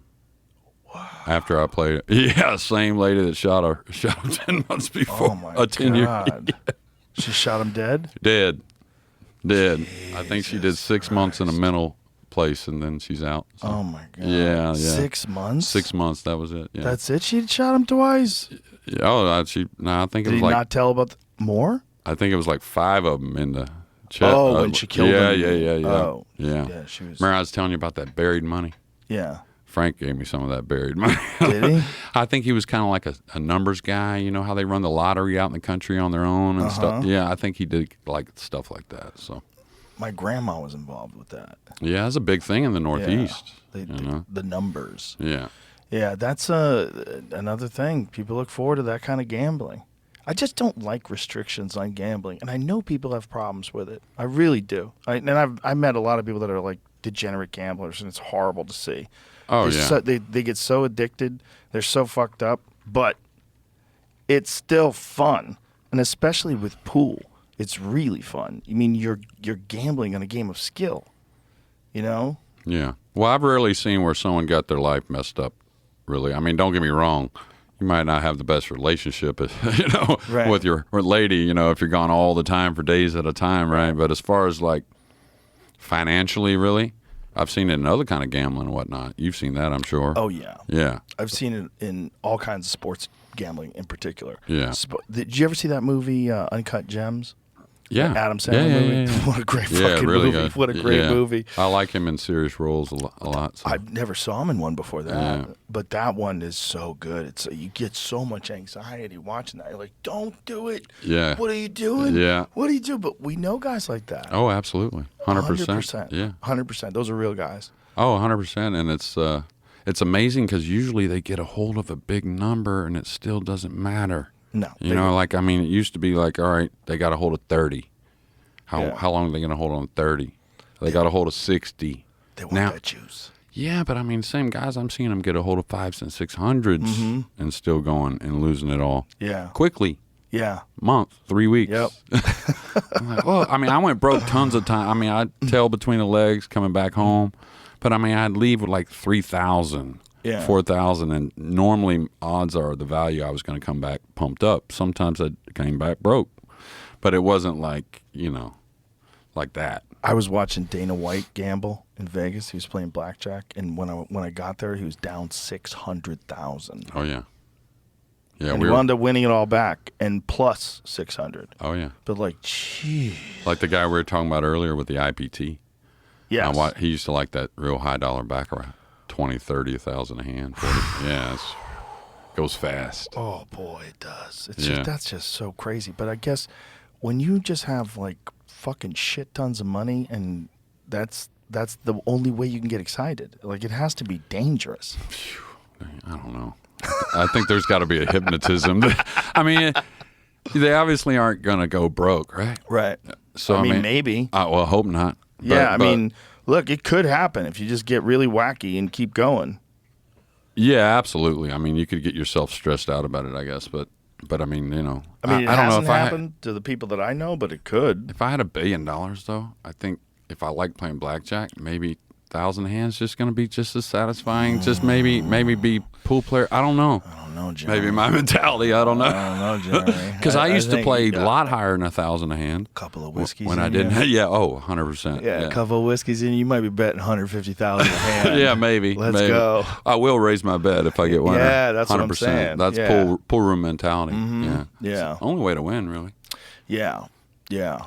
It's just the art of that, though, is what was always fun to watch. The art of, like, making the game and guys going in knowing that they were eventually probably going to play even. But, like, bro, I need the 8.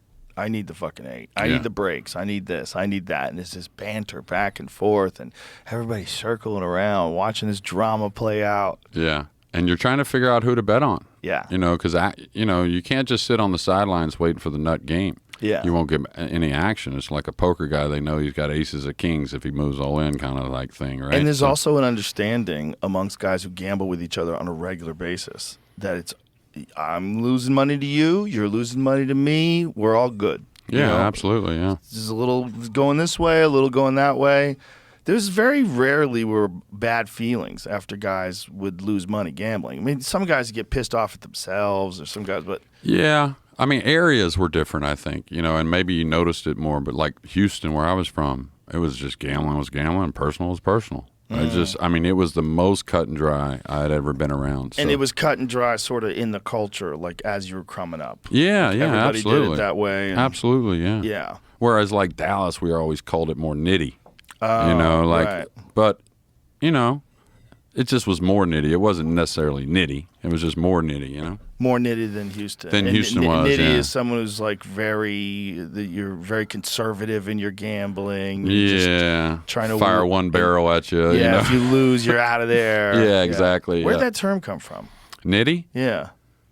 You got me. That's an old term. Old term. and it's used, not just pool. I mean, I've heard it outside of pool, but Yeah. well, you know, Houston's been around on the map for the gamble. That's where Cesar Morales went, right? That was Right. Efren's name. Yeah. And he Yeah. passed as a Hispanic guy from San Antonio. Yeah. That funny story, if you ever heard Red Walling, the guy that owned Reds. So I guess Efren was in the semifinal and of the tournament, still under the name of Cesar Morales. And he went up to Red Walling and he says, Mr. Walling, he said, I got to ask you a question, or I got to tell you something. My real name isn't Cesar Morales. Am I going to get forfeited out of the tournament and not get my money? You know, he wanted, before he got to winning the tournament, he wanted to fess up, you know. And so Red Walling said, yeah, just tell us your real name now, and we'll make sure you get paid, you know. Pretty crazy. And that was only like 10 miles from where I was from, but it was before my time. So how did those guys know in the Philippines that there was so much gambling going on in Texas back then? And how did they know they could take this kid from the Philippines who turns out to be one of the greatest players, if not the greatest that's ever lived, and then just rob everybody? Well, Philippines are everywhere. Filipino people are everywhere. I mean, if you would go to a tournament, it could be just, I mean, you just pick a place out of the blue. If there's a Filipino champion there, there's going to be groves of them showing up to watch. So they kind of keep control of it. Plus, there was one of the original guys that was a top player, him and his brother, Rudy Pasquale and J.R. Pasquale. They came before Efren and all them, and they lived in Houston. So they kind of brought them there for the Reds tournaments and all the action. Yeah. So kind of like we said, information. Right. Yeah. So they knew Efren in the Philippines, or so Efren had already had a name. So if he had tried to come over as Efren Reyes, people would already have heard about him. Absolutely, 100%. Yeah, yeah. And the thing is, then at that point, there were only a couple of them that you heard about from outside of America. So Efren was one of them for sure. It wouldn't get lost. What is the highest stakes match you've ever seen played? Ooh. Probably in New Orleans, there's a billionaire, Carl Baum. I think he took on like 220,000 worth of action. He's not a good player, but he's not a bad player. He's kind of a guy, and he comes down to a few tournaments and he plays real expensive, you know, on the bar table. He plays 9-ball, plays another weak player, or he plays a good player getting a huge spot. And like, how much is he gambling? Oh, I mean, he's playing like 6 or 7 games ahead, or maybe a race to 9 for. You know, in the middle might be like 80 or 100, but he'll bet another 100 on the side. And, well, when he comes, everyone bets against him just because you're looking at the odds, right? Right. Yeah, you're looking at, and that's another thing in the pool room. You might get a good game, but you know the guy's short. Right. So you got to wait. Right. You know what I mean? Right, you right, want to get the right. most out of that game if you gotta do wait win. until he's Yeah, plump with cash. exactly. Yeah. Yeah, that's interesting. That's Yeah. It's like all knowing when to pull the trigger, when Exactly not to, right, knowing where a person's at, Yeah, when it's all prime. knowing if they scored recently. Yeah, how they're playing. Right.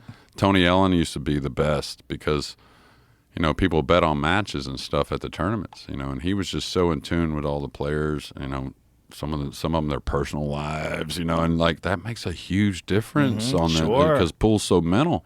Oh yeah, your girlfriend breaks up with you. Yeah. You're kicked out of your apartment. Yeah. Now you might play like shit. Or if like a couple things don't go your way to start with, Tony used to say that if he doesn't get it his way at the beginning, he's going to fold. He's just in that mood right now. You know what I'm saying? So like, there's just so many different aspects. Yeah. So is the biggest games that you've seen played or really from people that aren't the best players? Have you seen what is like the most high stakes between like two elite players? Because I know there's some legendary stories about, you know, guys like Bustamante and Johnny Archer locking horns, and Johnny runs the whole set. Yeah, and Bustamante ups the bet. Yeah, says flip the coin. Yeah, double the bet and beat him. Yeah, I played on that table. That was in Toledo, Ohio. How many? 13 and out, 13 racks and out. Johnny broke and ran 13 racks in a row. Yeah. I would never play with another Q ever for a second in life. Yeah. That Q is an extension of his soul. You're right. To run 13 racks is so bananas. Yeah. And to do it, and how much were they gambling? I think it was like 10. You know, back 10,000. then, the thing is, these days, of course, everything's gone up in money, right? So, but there's more being bet now. So I would say like when Dennis and Shane played a few years ago. Here it is. That was a huge one. 2000. says one time we're in Toledo and Archer was playing Bustamante, a race to 13 for 2,000. 2,000. Okay. 2,000. 13 consecutive racks in a row. Yeah. Johnny was a bad hombre for money. Oh, my God. He was awesome in the tournament, but He's awesome in everything. yeah, I just rarely ever saw him get beat for money. I mean, he would give guys that were like really good players the last 4, you know what I mean, on tight tape. Oh, no, I got this, Jeremy. Yeah, no problem. You know, like, never saw him practice, by the way. So The guy like Johnny, like with all this new technology with like carbon fiber cues and the like, does a guy like that still play with a wood shaft?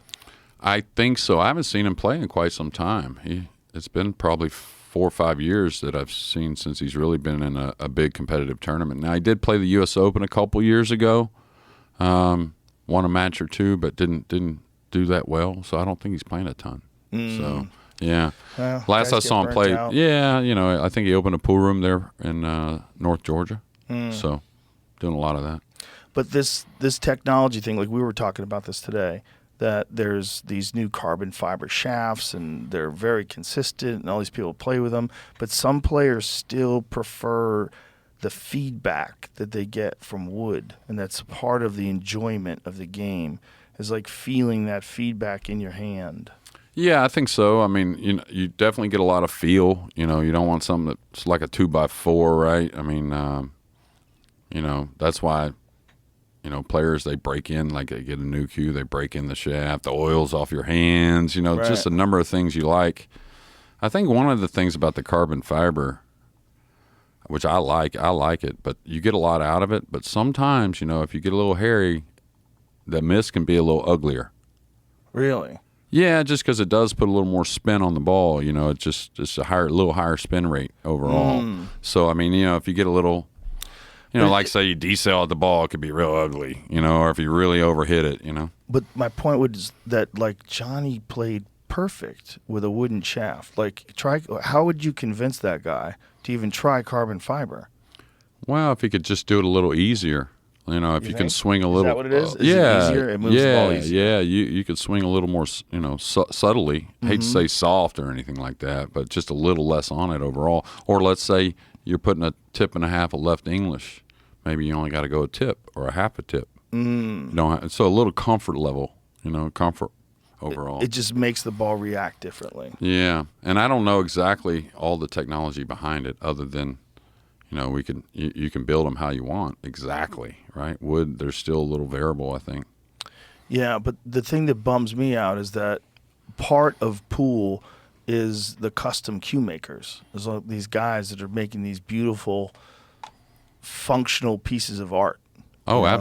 absolutely. You know, but with the carbon fiber, I guess most of the companies, and really with the playability, it's gone to more performance than it is. Even Yeah. though they are, you know, they make attractive cues and all that, but you wouldn't say it's the time and effort like some of your handcrafted cues. Right. It's just about winning. It's Yeah. not about showing up with a Babushka. Yeah, Color of money. Doom. It's a great scene. Oh, I loved it. I've made a post about my new cue the other day referring to that. Do you know the video game Doom was Yeah. named from that scene? Yeah, a bunch of people made that comment on the Isn't that post. amazing? Yeah, that is amazing. I didn't know that, actually. And Yeah. John Carmack told me that. Yeah, and then I think, you know, how the phones listen to you. I was was watching it John some Romero? clip, and I think you mentioned that on one of your podcasts, Yeah. I think. So, Yeah, they wanted to be doomed for the video game industry. yeah, that's crazy. And though, it's such a great name for a crazy video game. right? No, it is, but where they, you know. That they where he got it from Tom Cruise and The Color of Money. Yeah, exactly. Yeah. Like, Doom didn't come up from something else. It came up from there. Did you ever get into video games? You know, we had an Atari.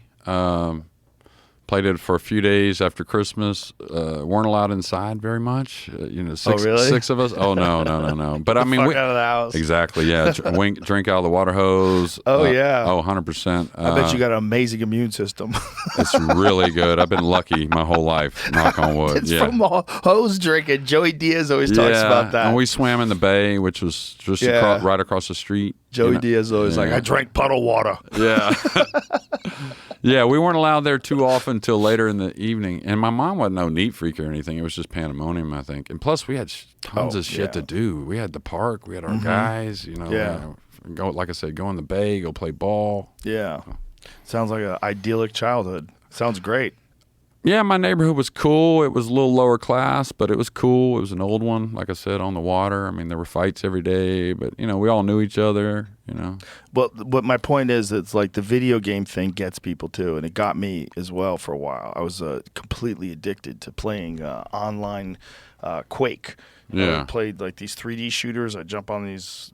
You could anytime you want. Like it'd be 2:00 in the morning. You could log on and you find some server somewhere, and there's some guy waiting to play, and you get in, and then you just chase after each other in these maps, and you hear footsteps and rockets coming at you. Oh, yeah. It's but I bought a lot of that stuff for the kids, Jeff. Have you? Oh, yeah. But what it doesn't do though, it's like it doesn't clear your mind the way pool does. When you're playing pool, I think it's a lot like archery in that it's so difficult to do, to have like precision and move the ball. Like, occasionally when you do it right and you're cleaning your mind, it's like so satisfying. Whereas video games are just exciting. When it's over, you're like cracked out. Yeah. When I would end, I'd be like, oh, Jesus Christ. Like adrenaline's all fucked up. Like I gotta go home. Yeah. This is too much. It's too crazy. Yeah, we talk about a 12-year-old is like, oh, he's been on there too long. We Yeah. can tell the difference for Pull sure. 'em. Oh, Pull 100%. them, get them some moisture and some vitamins. 100%. Well, that game room I got a job in, it had like probably 80 video games. And then it had, we didn't have a 9-foot table. We had 4x8s and then a snooker table and like some foosball. A couple of them I liked, like Robotron, but like actual gaming, no, I never got into it. I was always either playing baseball or tennis or, something. Yeah. Besides, so. You're probably lucky. But now people are making money doing that too. Oh, 100%. I know People some used to guys say here kids that are wasting their lives, and Yeah. now they're making shit tons of money playing video games. Yeah, well, I think he's one guy I know here for a long time from the pool. He's worked for EA for like 20 years. He's Yeah. like a test their games. All he does is pretty much give them feedback, I think. Those guys who develop those games, those guys work hard. Mm-hmm. Those guys work hard. Those are long hours. Like when they're putting together in like it's crunch time and they're getting to the end of a video game, they basically like live in their studios and offices. Oh, I believe it. I know a guy back, he was a year ahead of me. He graduated valedictorian of my high school.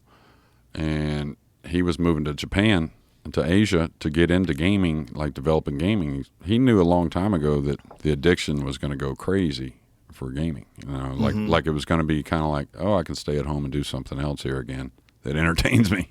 Right. Yeah, it's for kids, it's so captivating. It's so difficult for them to put them down because they're so good now and the graphics are so insane.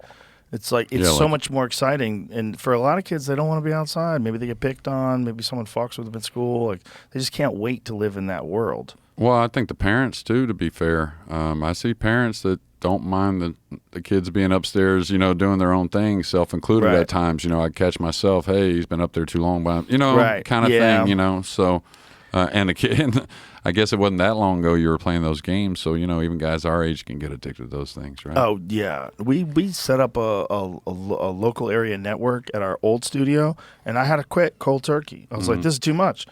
Jamie and me and our friend Jeff would be going at it like constantly, bring people in and play them. It was fun. It's too fun though, too crazy, just too addictive. Yeah, I have a friend in St. Louis. He has places all over St. Louis and other towns just for gaming. People can come in 24/7. They pay a membership. Bunch of couches set up, bunch of gaming set up. Oh, so they just come in and just log on to a game. Yeah. Yeah. They pay a monthly for it. Makes sense, especially if you can't afford like great equipment. Yeah, 'cause and I that think stuff's it's social expensive. too. I think it's Right. fairly social. Oh yeah, for sure. Yeah. It's probably a great place to buy weed too. Maybe. I would imagine. They have the automated pool rooms now around the country, where there's no one working. Automated pool rooms. Oh, yeah. There's several throughout the country now where you just, they got 10 tables or whatever. They got vending machines and whatnot. And you just have your card that lets you in. It has cameras and all that. And you have to be there with a member if you're not, you know what I mean? Kind of like you just I pay a see. monthly fee. Yeah.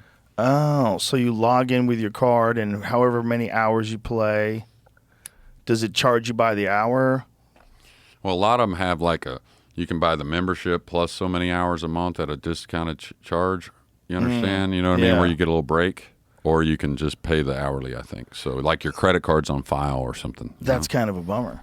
because like the house man at a pool hall, there's always been some interesting humans. Oh, absolutely, yeah. Like, how can you get rid of the house man? Yeah, but I mean, for big places like Miami has one, Des Moines has one, Seattle has one that's kind of part-time, meaning half the week they're kind of regular, and then the other half of the week they're kind of automated on the slower days. So, I mean, I guess it's better than not being open. well, they can go 24/7 also. Like a lot of them are 24/7 where people can, kind of like Oh, a really? gym. They can kind of go at their own leisure. So you have a car to get in. Yeah. Oh, so it's a club. Yeah, basically. Oh, yeah. that makes sense. Yeah, it's better. I mean, they have, a lot of people carry some billiard products out of there and whatnot, sell you some stuff, make an appointment for this. Maybe like Tony Robles, you know him? Sure. Yeah, he's part of one in Miami. Oh, yeah? And he coaches a lot out of there and stuff. So. Oh. Yeah, it's all right. That makes sense. That makes a lot of sense. So how often are you on the road doing commentary now? Probably 15 weeks a year, probably or so. But I do some remotely from home as well. But the bigger events, I travel. Do you ever play when you go to these places? Occasionally, but not in the tournament, of course. I'm just working, right? But do you ever match up? I actually played a guy in London a couple months ago. Yeah? Yeah, and I think I surprised him a little bit. He's a good player, this guy. So Right, but he thought you were done? yeah, I think he thought he was going to win. He had beaten Darren Appleton last year gambling, so that tells you he's a good player, Yeah. I mean, I think he was an underdog playing Darren, but he did beat him. And and he's kind of a crazy guy, like known to do some super crazy stuff, like probably stuff I can't say on here, Okay. Like you can just imagine, just crazy. Debauchery. Yeah, exactly. And he was like perfect gentleman with me, no problems ever. Just nice guy. Took his beating easily. He wants to play again, actually, so we'll see. Oh, wow. Yeah. Now, a guy like that, when he wants to play again, is he trying to get a spot? No. Too proud, this guy. Really? Yeah, but that's good, though. I mean, I think he's a very, very wealthy man, kind of like family stuff. But I can't remember him ever asking for a spot from any good player. Oh, wow. Yeah. Well, that's where he gets his juice, right? Well, he tries to beat you with the bet. Like he went on, I'll play SVB, not 2,000 a set, 2,000 a game, pounds a game, right. Yeah. So he didn't try that with me as much, but I beat him, like 3 sets. We were betting that much, 1,000, right? Or a couple sets, 1,000. But then he went to like, let's play 3,000 a game, I'm like, Yeah. yeah. I mean, yeah, we're going to put up like 60,000. Let's go. What I mean? But I mean, let's not do it and just play like 2 games. I don't want to do that. Right. So better off to just play sets, know where you're at. How many different pros is this guy matched up with? Several. I mean, I think he's played Darren a few times. He plays all the English guys over there. I think he actually has played Shane before. Really? Yeah, I think, of course, Shane beat him. But yeah, he tries to play as many as he can. He plays a lot of local guys over in England. Is that common that guys match up like that in England? No, this is the guy that kind of creates the action. Oh, really? So, yeah, most of the action that happens with the good players is through this guy. Wow. But now, you know what English 8-ball is, right? Yes. Okay, so that's hit the scene again. So now they're playing. You might have saw the video on it, but they're playing like huge sets, 100,000-pound sets of English 8-ball gambling. Really? Yeah, huge sets. Yeah. And English 8-ball, it's just like different colored balls. They don't have numbers, right? Right, and then it's basically like 8-ball. There's maybe a couple little bitty rules that are different, but the pockets are different. Remember, like the Chinese 8-ball we were talking about? They're rounded pockets, like a snooker table, but the balls are smaller also. So it's all fairly comparable. So the balls are smaller than pool balls? Yeah. How much smaller? I think they're like snooker ball size. Oh, really? Yeah. Yeah, because wow. the pockets are rounded, And what's the size of the table? 3.5 by 7. Ooh. Yeah. Oh, interesting. Yeah. There it is right there. Yeah, that's kind of like what Jason Shaw started playing on for the most part, or played a lot of. Darren, he was a world champion at this game. And do these guys use pool cues? Oh, wow, look how small it is in comparison. That's interesting. They use like snooker cues, more Interesting. the ash wood, Now, what is the benefit of that? Because, like, this is I've always wanted to ask someone like you these questions. Like, why would they play with a cue that's really, really stiff?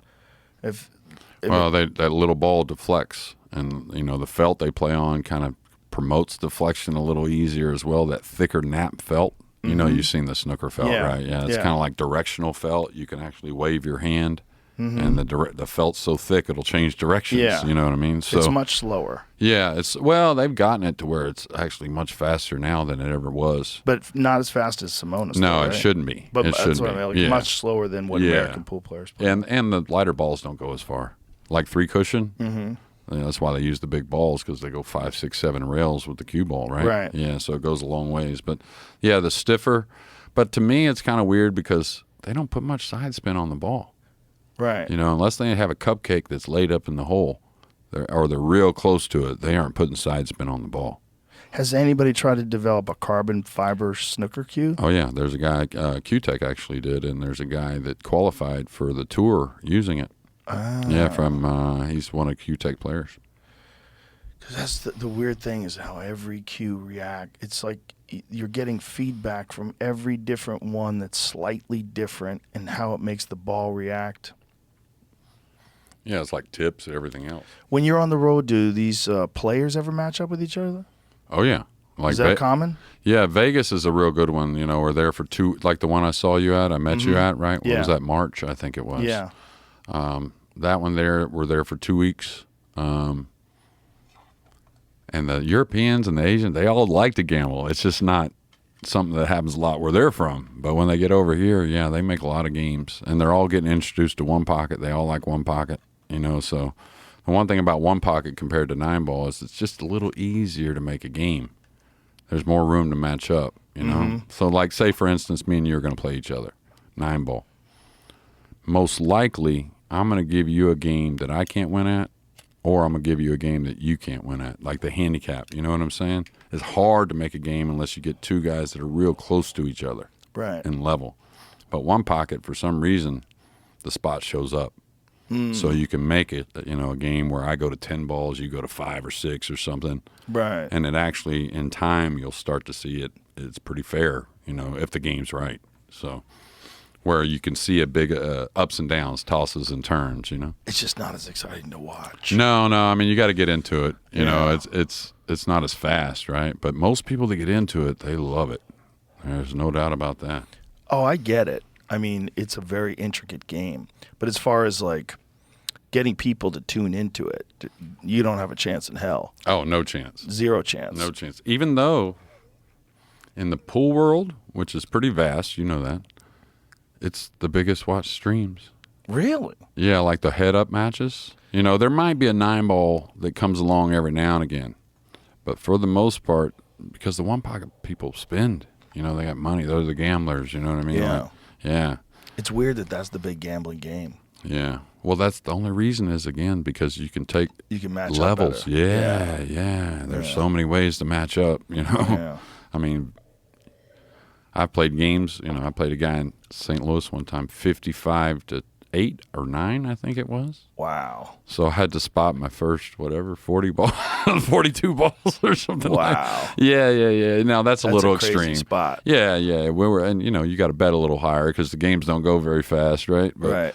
But I've, you know what backgammon is, of course, right? Mm-hmm. And you know how they play with the cube? Yes. Okay, so we played one pocket big money with the cube. So say me and you are playing, the cube's neutral. Well, say you break the balls, and say we're playing for 100 a point on the cube, right? Mm-hmm. And you break the balls and break bad and sell out a shot or scratch or whatever, right? Okay. Well, I can take the cube and offer it to you, and you either got to take the cube, and now we're playing for 200 because the cube always doubles, right? Like backgammon.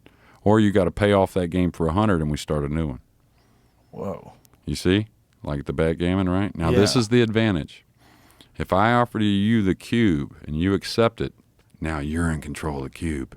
So if you turn things around later in the game to where it's your advantage, you're the only one that can offer the cube back. So now you offer it back to me, and I say, I either got to pay off the 200 that we're playing for now, or now it's worth 400. Oh. You see? But now I'm in control of the cube because I accepted it. That's a great way to play. Ooh, that's exciting. Oh, yeah, and you can do that almost any gambling. You can do it on the golf course. like your guy hits, right? Mm-hmm. And before you hit, say he hits it in the rough, I can say, all right, we're playing for 100 a hole. I'm offering you the cube. You want to take the cube and play for 200 this hole before you see me hit, or you want to pay off the 100?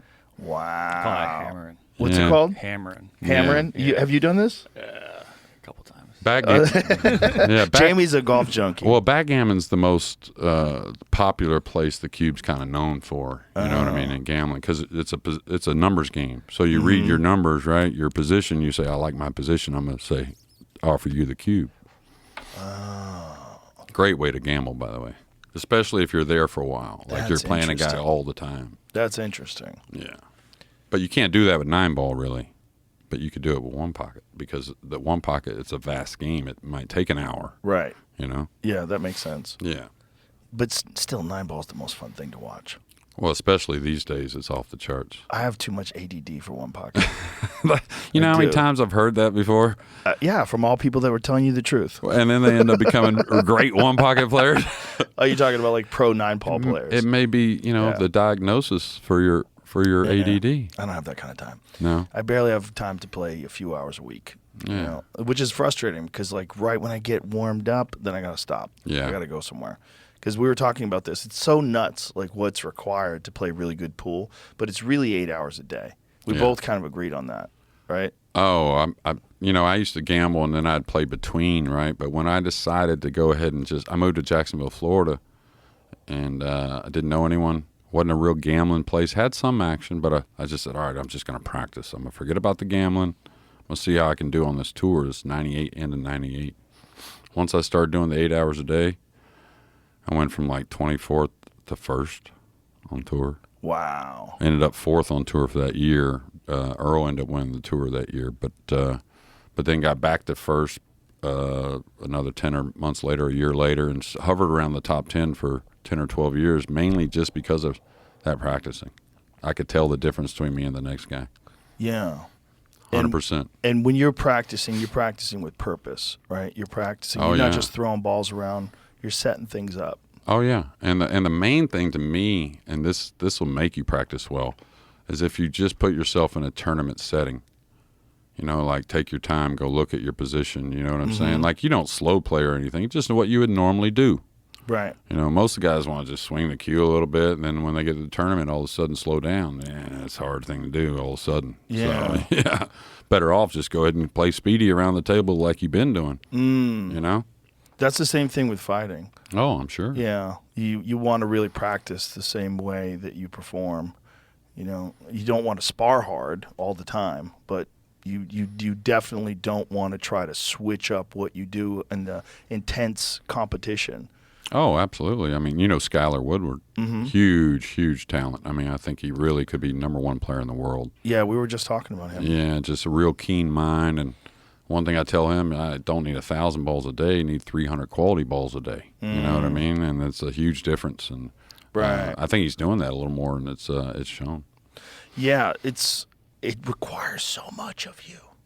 It's tough. It requires so much of you. You have to be a full-on addict, and those are the guys who succeed in this wild game. But everyone is attracted to it. Like the idea of being a good pool player is very attractive to people. Oh, You know? yeah. Yeah, once you start to see that ball move. But, everyone's played it. Right. That's why. Everyone's Yeah. played it. They realize, oh, yeah, we went out and had a beer and played one game over an hour and a half. You know what I mean? Or a couple, we had 4 drinks and we Yeah. played one game, just because it's so difficult. So, But it's one of those things that if you, like a person like yourself, like literally made a living running around gambling, doing it, like what percentage of the population has ever done that for years and years? yeah, very slim. My last regular job, I was 19. A lot of people, most people laugh. Some are not that happy about that. So they've been working, pretty hard, which, hey, it takes a lot of hard work, though. It's not easy. Well, it 100% takes a lot of hard Yeah. work. But how did you transition from doing that to being able to do such good commentary? Because one of the things that I really enjoy about your commentary is you explain all the different things that's happening to the ball. You explain what could cause problems, and then a lot of times those problems occur and go, yeah, that's a common mistake. Like Yeah. this, How did you develop the ability to articulate all these thoughts so smoothly? I think, man, I grew up loving commentators. You know, whenever I was a kid, you knew all the commentators because there wasn't cable television and all the games weren't on 38 different channels. And, you know, so you kind of learned to know that Cosell was coming on Monday and Frank Gifford and all those guys, right? So those, I really liked those moments. And then I was always a sports guy. I've always been able to pick apart the smaller things in the games. You know, I was a really good baseball player, believe it or not. I was a really good tennis player. You know, look, I used to be like 260 in high school playing tennis. You know, Really? Yeah, but I knew how to take advantage of all the smart sides of the game. You know, so I could pick apart. You know, if I did it this way, he's most likely going to hit the ball back that way. You know, I learned all the little things that would help out a slow fat guy, right? Right. So, and I did the same in baseball. Just was really good at the things I could do really well, and I think you just learn more that way. And then pool, I was super lucky, Joe. I mean, I was around the Buddy Halls, Jersey Reds. Never had a problem with it. Nick Varner or any of those guys helping me. And then I played Efren all the time. You know, so learning the game, I learned it a lot. And but as far as the speaking side, I never thought twice about it too much. Just kind of do it. You know, like. But it's that you can articulate all the problems that can occur. Yeah, well, I mean, I've been teaching the last 8 years. That helps a little bit. But I just always been one to be able to see the table. Like right after the break, I can see a lot. I can just visualize a lot, recognize a problem pretty easily, and then I pay attention to where and understand. It's probably the same thing in your field to where the mistakes are common. If you see them coming, you know what I'm saying? Like, you know, from one player to the next, whether it be the position they played, the stroke they made, you know what I mean? Tip position, it doesn't matter. They're pretty common mistakes throughout the players. You just got to be able to recognize them. One of the things that I really love about the game is that there are these two sides of it. There is the quiet tournament play with the applause after a great run out, and then there's the pool hall, which is so different. Where people learn how to play pool and where people gamble playing pool, and then where they get really good, then all of a sudden they're doing some totally different thing. Now you're playing in this very professional tournament where you're wearing slacks and nice shoes and a golf shirt, and it's fascinating that there's these two different worlds. Yeah, and that's where the smarts come in. You kind of learn to live in both, right? Yeah. When you were coming up, was it more colorful than it is now? Do you think that, like, because there's so many more professionals now and they're so good? Yeah, and I think at times they're trained to be a little more machine-like, you know what I mean? Like, oh, you can't lose this focus. You can't, you know, and where I watch some older tapes and I see some of the guys, you know, I look at Efren, for instance. Man, you can tell he's nervous, but he's enjoying it. You know, he was really a sportsman out there, and I think that's the one thing we're missing a little bit of, not the playing side of things, and of course the guys personalities. Exactly, you know, and the good thing is they're getting a little more in front of the camera now, so I think it's starting to come out. Yeah, but it's just like you can't fake someone being a nut. Like you can't fake a Keith McCready type character, not at all. Or even an Earl Strickland type character. Like that's just what they are. Exactly. Yeah, you can't just come up with lines trying to. It's just them. You know, like, you know, if you ever hung out with Earl, which I'm sure you have, and if he starts to tell you about stories of how we should be playing and where we should be at, it's some of the greatest experience you'll ever have because he's so genuine about it. Like he really, truly believes we're supposed to be, you know, on the biggest stages. So, his commentary is awesome too. I love when he reviews matches. He just does all by himself, review it. You can learn a lot from the way he moves the ball around. Oh yeah. Like it's very interesting just to hear the thought process behind it. Do you have a part of the game that you like more? Do you like the pool hall gambling part more or the tournament more? Ooh, that's hard. But if, like, one of the things about pool is we got to clean up pool and stop gambling. You hear that all the time. And my thought is always like, no, you don't. Like, what are you doing? Oh, no. I mean, I think society today is fine with it. You know, of course, you don't want, like, real bad things happening or anything like that. And I haven't seen that. Like, my career, people ask me about, you know, a few times I was a little sketched about this or that. But, I mean, you know, for the most part, I mean, it's just as easy as normal living overall, you know. You never got in a situation where you. Ooh, I wouldn't say that, but How many situations did you get in where they were like real? Well, give me one that's touch and go. well, you know, I think I told you, you know, just being safe, I'd leave the pool room and wasn't the people you were gambling with. It was the people that knew cash was around. They weren't necessarily pool players or anything like that, you know. And so you'd leave the pool room and you drive around 20, 30 minutes if you're in a, you know, Charleston, South Carolina or somewhere, you know, before you went back. But just to make sure no one's following you. Yeah, I was real lucky, you know, knock on wood, I was never robbed in any form or fashion. A few times I got warned. Maybe something guys were talking about things. So yeah, one time in L.A. I was, not to go in too deep, something I'll tell you later, but you know, there was kind of like some mobster guys that were kind of taking aim on me and a friend of mine. We'd won a bunch of money around there, like $100,000, and yeah, they were trying to get it, so we got out of there pretty quick. Yeah, and I was very fortunate that actually one of the guys I beat out of probably half the money is the one that told me. Really? Yeah, we had become friends and whatnot, and he just came in to me one day and he kind of laid it on the line a little bit for me, and yeah, so time to get out of Dodge. Yeah.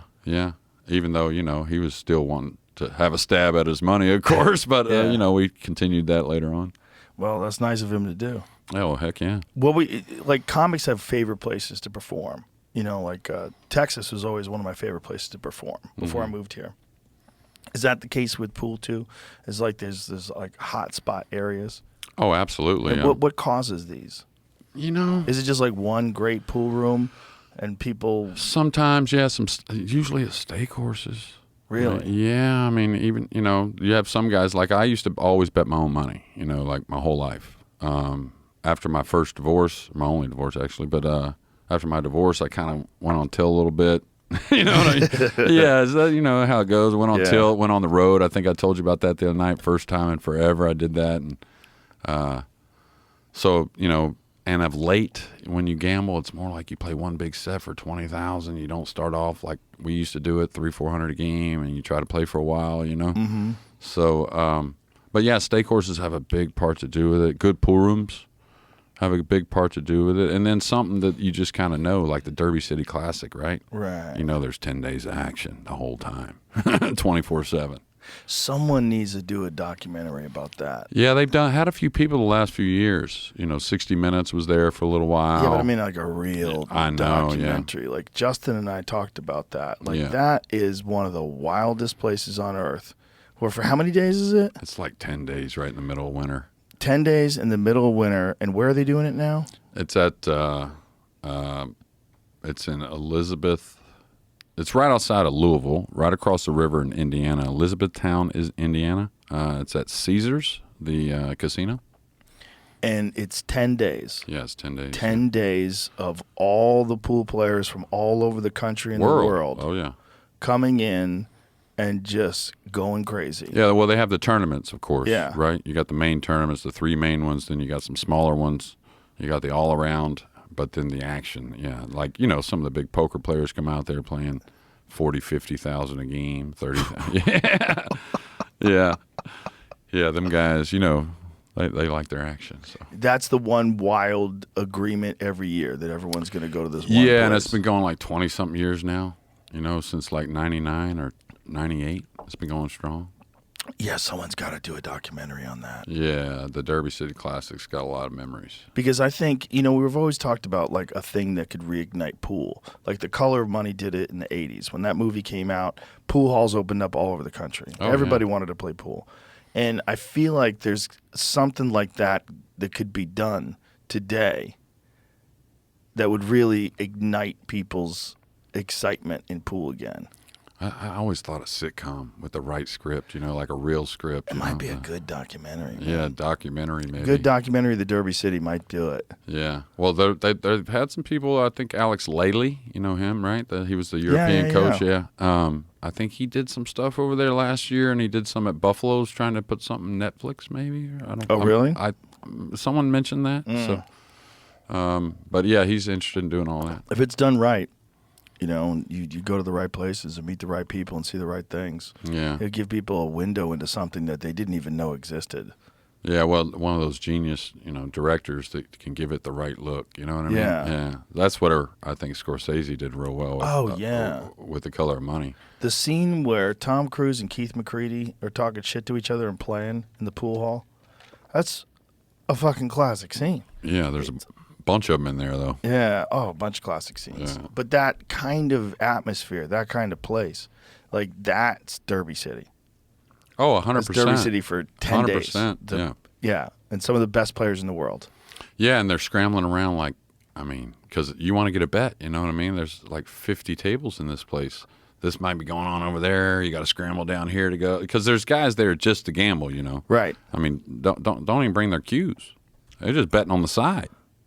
They're just trying to find a side they like and bet their bankroll, Like, let's get the quick double up one time. What's the legality of that? Well, for a few years, it seemed like about the 5th, 6th day, there'd start to be some guys coming around. Oh, you ain't supposed to be gambling, da-da-da-da. But it seems like the last couple of years, no one's ever got in trouble. It's just kind of like, all right, now we got to not talk about it for... But we're talking about it on a podcast that millions of people are going to hear. I know, but just in front of these guys with the suits, I'm saying, think you can't they're talk gonna about it know. for about maybe an hour or two before they leave, or you know what I mean? Like they're right, just right. roaming around. So, but the last couple of years, I haven't heard of any problems at all. So, I just love that a place like that exists. well, they got to realize, okay, I can understand that they got a casino and they'd rather you gambling in the casino. But that tournament still brings a ton of casino action for them. Oh, my God. Through the roof. For sure. All these yeah. gambling junkies. Unbelievable, yeah. Like your story about losing all the money instantaneously. 100%. Yeah. Yeah. And- A lot of people over there have gotten beat out of 10, Next day, they can't play the same game because the guy went and blew the 10 in the casino. I heard a story about Alex Pagulayan winning a tournament and then flipping a coin for the winnings and losing. I don't know. I watched him flip one for 10 at Griff's. Yeah? Yeah, he lost that one. Yeah. Now, that's an adrenaline rush. I've never bet 10. I bet 5 on a coin toss. Have you really? Oh, yeah. Oh, my God. Oh, yeah. Did you win? Oh, yeah. Did you keep going? No, and the guy never looked at the coin. The guy I was gambling with in Houston. What? This Yeah. is the Derby City Classic. Yes. Yeah. This is So it. this is a 60 Minutes piece that was just posted Yeah. 3 days ago. Interesting. Wow. What are It's the an interview with odds? Shane Van Boeing. Oh, right. Yeah, that's this the- is where Shane talks about Look at that, no no gam- smoking, no gambling. But this is in this he talks. You know Shane who he talks is, about right? who what is? The big guy that was shooting right there? No, who's that guy? That's John Rivera Blonde, the poker player. Oh, He's one pocket like nut. He loves Yeah? it. Yeah. Big action guy. Yeah. there's Shane. Yeah. I saw an interview with him. I didn't see this, but I saw an interview with him where they talk about how he doesn't gamble. Yeah, well, he plays those matches that are, Mm-hmm. of course, being bet on, and he makes money from that. But I mean, he's not going to go around trying to pick on a game or anything like that. Yeah, when you're a 5-time U.S. Open winner. Like, Yeah. Good luck. I mean, you give up the wrong game Yeah, now. that's the thing. Yeah, You'd have to give up yeah. a crazy spot. Yeah, I'd bet on you against him, but let me It would make have the to be game. nutty. Maybe, but yeah, exactly, right. But he, directed that energy towards trying to be the best in the world, and Yeah. it's paid off pretty well for him. Yeah, it's always to me fascinating to watch a person who rises above all. Like, what are they doing different? Like, what's going on? How are they doing this so much better than everybody else? And with him, it's just the obsessive practice and just this fucking focus that he has. Yeah, that's the one that I think any of us can practice, and at times I feel like his practice could be better. And I don't mean it unfairly, meaning like get a little more out of it sometimes. Like I've seen him sit there and shoot a 900-mile-an-hour jacked up stop shot for hours. And that's going to come up like once every year. But when it does. I know. There's a lot to get back on. But the thing that I was getting at is he's just a unique individual with the focus. Mm-hmm. Like when he gets those crazy eyes, when those eyes, the oxygen starts making them, oh my God. I'm like, all right, we're home. We're good. Because if the ball's laid tough, no one's beating him. If both players get a tough layout, no one's beating him.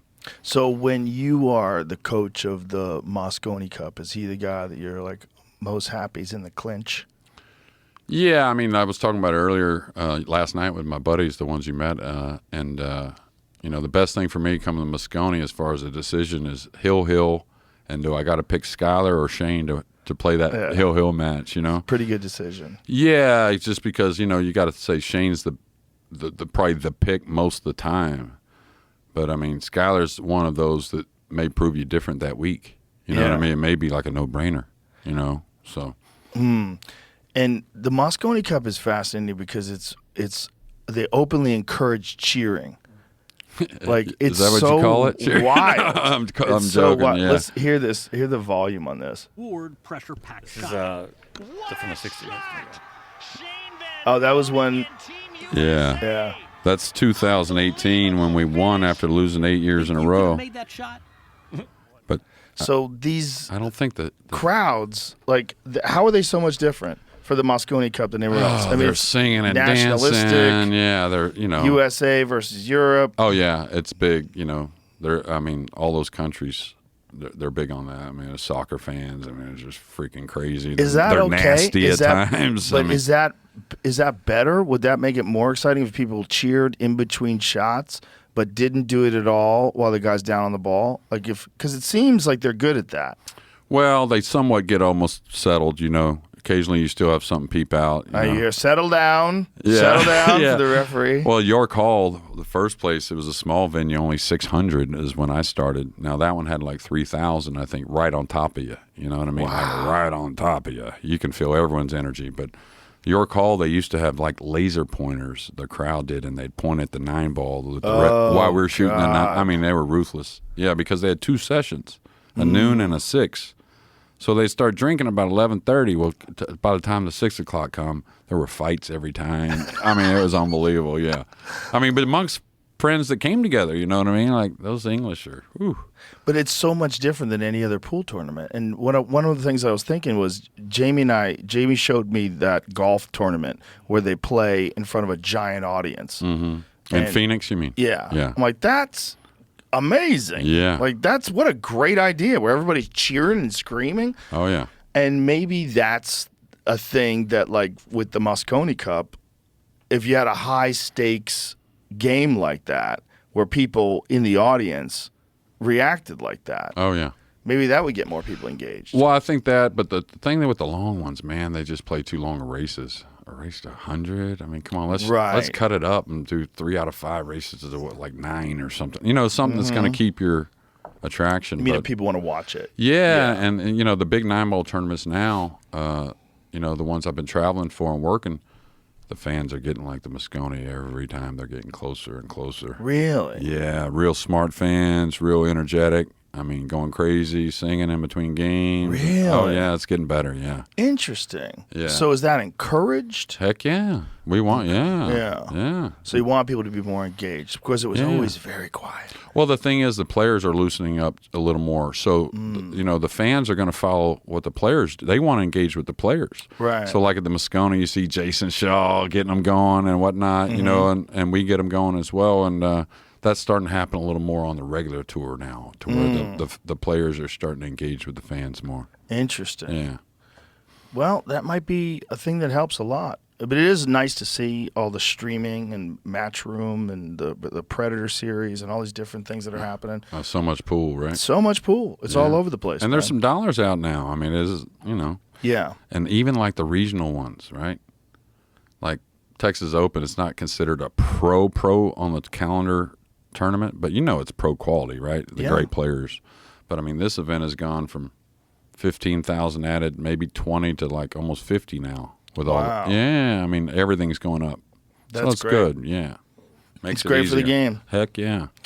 Yeah, I'm always trying to encourage more people to play it. I just want it to be more popular. Yeah. Well, you fall serious into it pretty quick. Once you get down on the ball, it becomes, I can tell it comes pretty serious. I just don't have enough time. If I had more time, I could play better. Yeah.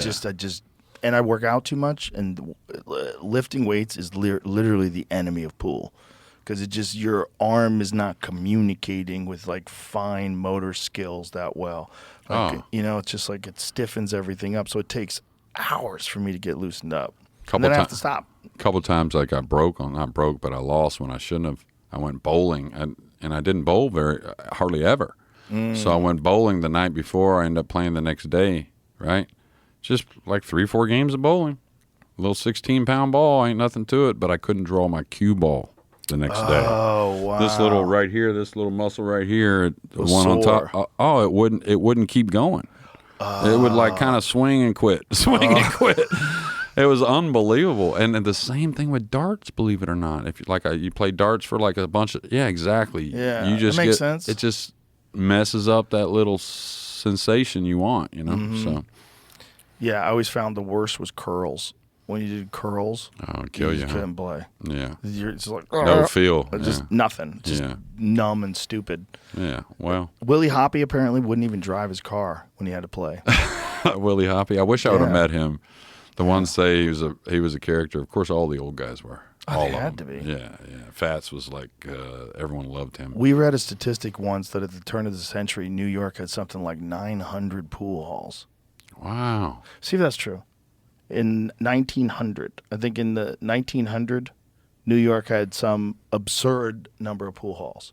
Wow. 'Cause they Well, were just- Houston had a ton of them whenever I played. 900 sounds nuts. No, you talking about the state of New York? No, the I city. mean the city of New York. Wow. That might not be true.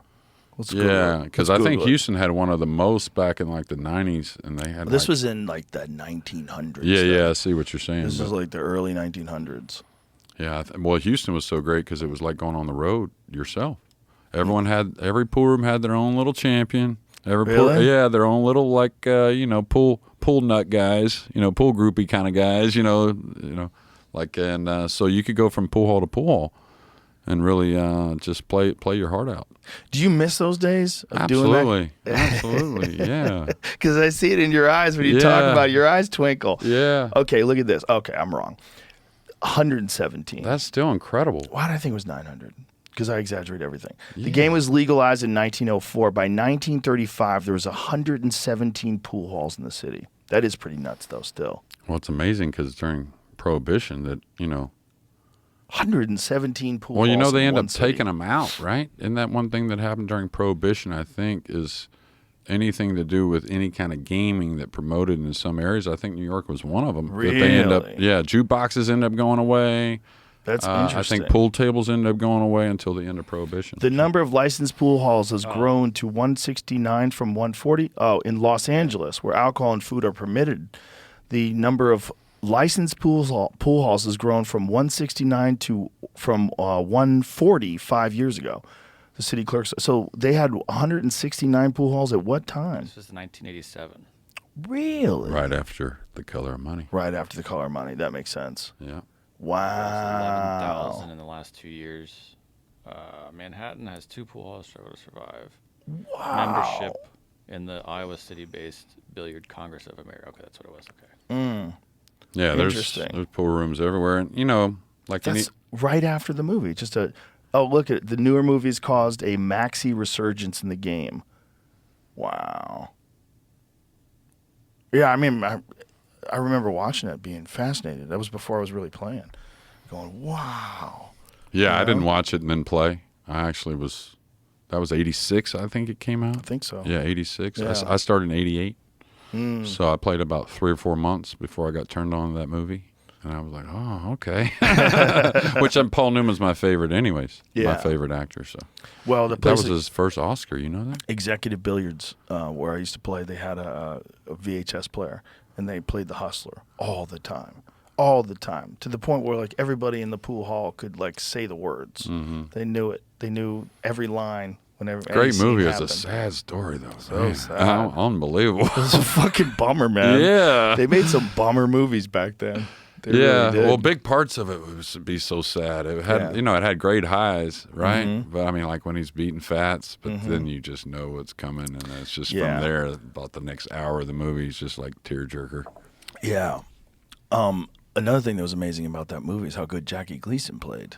Oh yeah, Jackie Gleason could really play. Oh, Like, yeah. Watch him. The difference between watching a guy like Tom Cruise or watching a guy like Paul Newman. Tom Cruise was better than Paul Newman, but Jackie Gleason looked like a real player. Yeah, it wasn't painful to watch. No, Not at all. No, it No. wasn't like lifting the cue up with every shot. Like there's some Yeah. scenes with Newman where you gotta reshoot that. Don't do that. Don't lift the cue up as you're shooting. That's ridiculous. Like, Yeah, when he's breaking the balls in that Yeah. one scene, I think it comes up. But well, it was, he shot a ball like with follow and like lifted the cue up at the same. Like stop, stay down, stay down. yeah, You great know? actor though. But Oh, yeah. but all his shots were kind of like trick shots. Yeah. a little more. They so. looked okay. Yeah, yeah, It looked yeah. okay. It wasn't offensive, No, But no. Jackie Gleason looked like a player. Like Oh, yeah. the way he would stroke the ball, like oh, wow, and you could see him making break shots. Like you see his whole body. Oh yeah, and, moving the cue ball and all that. Yeah. Well, they say he was a rack boy, I think, at one time as a kid, and then just was a real character, like a pool hall kind of guy. So Makes you could see sense. that. Yeah, for sure. All his roles he kind of played, not later in his years, but the Honeymooners and whatnot. Seemed like the kind of guy that could fit in the pool hall pretty well. Yeah, Yeah. kind of again a lot of charisma. It's just interesting that one movie, which was like this massive movie where he plays a serious character, and it's not funny at all. Oh, like no. you would never even imagine that that's the same guy from the Honeymooners. I know. You know? Yeah, because he hardly ever smiles the entire movie in The Hustler. I don't know if he Nope. ever did. Nope. He's Yeah. just a no nonsense killer. Yeah, and what was the? God, he's one of my favorite actors too. The guy that played his steak horse. Oh, yeah. He's great. I'll think of it in a second. God damn it. I know. It's on the tip of my tongue. My brother George be- C. Scott. That's right. My Yeah. brother would be hot at me if I didn't remember that name. Yeah. Oh my God, he was phenomenal. Oh, he was And great in that Piper movie. Laurie. Yeah. She was phenomenal. The in whole it too. movie. Yeah. It's an amazing movie. It holds up too. It's one of those movies that really holds up. You go back and watch it and you go, man. And then the style of film they did back there was more quiet. There wasn't music playing at every moment that told you how to think. The movie played itself out. Yeah. The scenes, the setting Yeah. told you a ton about what was going on. Like in the Yeah. pool hall in Ames, I guess it was. Yeah. Was it Ames? This Yeah. is Ames, mister. Yeah, exactly. And Yeah. it didn't take a whole lot of words to get the feeling of what, everyone was about in the movie. So, Yeah. which I thought they did pretty well at that in The Color of Money as well. Yeah. You know what I'm saying? For the most part. Yeah, for the most part. Because you could say not many had a lot of lines besides Tom, Right. Mary Elizabeth Master Antonio, I think is who it was, and Paul Newman. Everyone else was just bits and pieces. So But it did capture the feeling that you get from that. I wonder how many people became pool hustlers after The Hustler. How many people saw that movie? Because back then they didn't have very many movies. oh no, those were two of the biggest. Really. Yeah. yeah. I mean, I wonder how many people that probably caused a resurgence in '63 as well. I would say so, Yeah. 100%. Yeah, I think it did pretty well overall. The movie. Oh yeah, it was a huge movie. Yeah. Did it win anything? Who gives a shit about those things? Like I was saying, I think The Color of Money is actually Paul Newman's first Oscar win. Really? Yeah, he got nominated a few times, but never actually won it. At least I checked The Hustler first, right? Yeah. Best cinematography, best art direction, best actress, best picture, Wow. best adapted screenplay. Wow. Won everything. Yeah, Jesus. Holy shit. yeah. I wonder who won Best Actor that year besides Paul Newman. Yeah, I think that was the thing about The Color of Money. Like they had to give it to him because he hadn't won it yet. Yeah, maybe he was good in it though. Oh, he's phenomenal. in Yeah, it. he was really good. It's a great movie. John Turturro is one of my favorites too. By Yeah. the way, so Yeah, but I just love movies that it's not offensive. It really does capture what it's like in these places. yeah. I mean, Let me correct that. It was nominated for most of those I just said. Oh, which ones did it win? One, art direction, cinematography. Oh, damn it! Let me just. well, still a little bit of what we talked about though. Yeah. for the most part. Exactly. Yeah. Art direction and cinematography were so important in that movie. That place Ames, if that doesn't exist, someone needs to build it. I You think know? it did, though, Did it right? exist? I think it did. Not And they just- anymore, but I think Probably they filmed in a pool hall. They wouldn't Yeah. set up a new pool hall. no, I think it did. In fact, maybe it's in another book or something to do with pool. I think and then it's quoted from that movie. So What was the name of the original place? Do you know? What was it really called? McGurr's and Ames. Both Yeah. Two places that were defunct, it says. yeah, They were defunct before. Yes, and much of the action was filmed at now defunct pool halls. So I guess I don't know whenever they're writing now, if it was the time they were writing it or the time that they were shooting it. Oh. It says McGurr's and Ames Billiard Academy is where they shot it. Yeah. I think those are real places. That's yeah. Color of Money or The Hustler? A Hustler. Yeah. Interesting. Yeah. Yeah. Yeah, I think now the one that I didn't like in The Color of Money is whenever the two men and a stranger kind of. You remember yeah. that doesn't really happen. You're trying to get someone in real trouble with something like that. Yeah. You know? But a lot of that other stuff though, yeah. I mean, you know, kind of like I said earlier with Shamat, you know, I wasn't like I just kind of wanted to see him play, you know, Right. because I knew it wasn't going to end up for 200. Even if we didn't play, that was just going to be it. You know what I mean? But there wasn't going to be any real action for 200. So let me just kind of evaluate him. Yeah. And that you could kind of see that in The Color of Money when he's kind of he's figuring out the right way to do it, how Paul's teaching him, and he's handing over small bankrolls, but then getting bigger bankrolls in return. You know when he wins. Yeah. You know what I mean? So that kind of stuff happened a lot actually. I love the Forrest Whitaker scene. Oh yeah, Forrest Whitaker. Can I ask you a question? yeah. Do you think I should lose weight? That was a big dig though, big dig. But another good one, Forrest Whitaker. And he actually looked like he had a little stroke. Yeah. Yeah. There's a little something. Yeah. Yeah, he could play a little. Yeah. Yeah. There's quite a few out there that like the game. Well, didn't Mike Siegel coach them? Oh, I wouldn't doubt that. I know he Yeah. coached Tom Cruise. Yeah. There were a few of them around. The guy I worked with last night. What do you got, Jamie? Yeah, you're right. I'm looking at it right now. Oh, yeah. Yeah, Larry Schwartz, the guy from Chicago. You may have heard of him. He worked on that, and it was in that movie as well. I did commentary with him last night, as a matter of fact. Well, my big fear is that the game will somehow or another slide away. It doesn't seem like that's. I was worried about that for a while. Yeah, But it doesn't seem like that's absolutely. happening anymore. Now there's a international resurgence. Yeah, well, the amateur side, league pool, Yeah. there's so many, right? And the Yeah. consumer market's so good right now. I think it's just going to go up and up. Yeah, I hope so. I think so too. And maybe a solid documentary in the Derby City or something. There you go. We've talked about doing stuff in here, about having challenge matches in here and streaming them. And Yeah. I would do commentary. Hell yeah. So that's still on the table. Yeah, there you go. I just have to find some time. Yeah, well, you know a commentator. I do. I know the best. He's right here. As long as it's pool. Yeah. Pool, dude, baseball. I could do a little baseball, maybe Yeah. a little golf. That's about it. Well, pool, you're the man. Yeah, pool. Well, thank you, Jeremy. Thanks Yeah, for being here. absolutely. I Thank appreciate you. it. It was a lot of fun. Absolutely. And, all right. Let's go play some pool. You got Bye, it. everybody.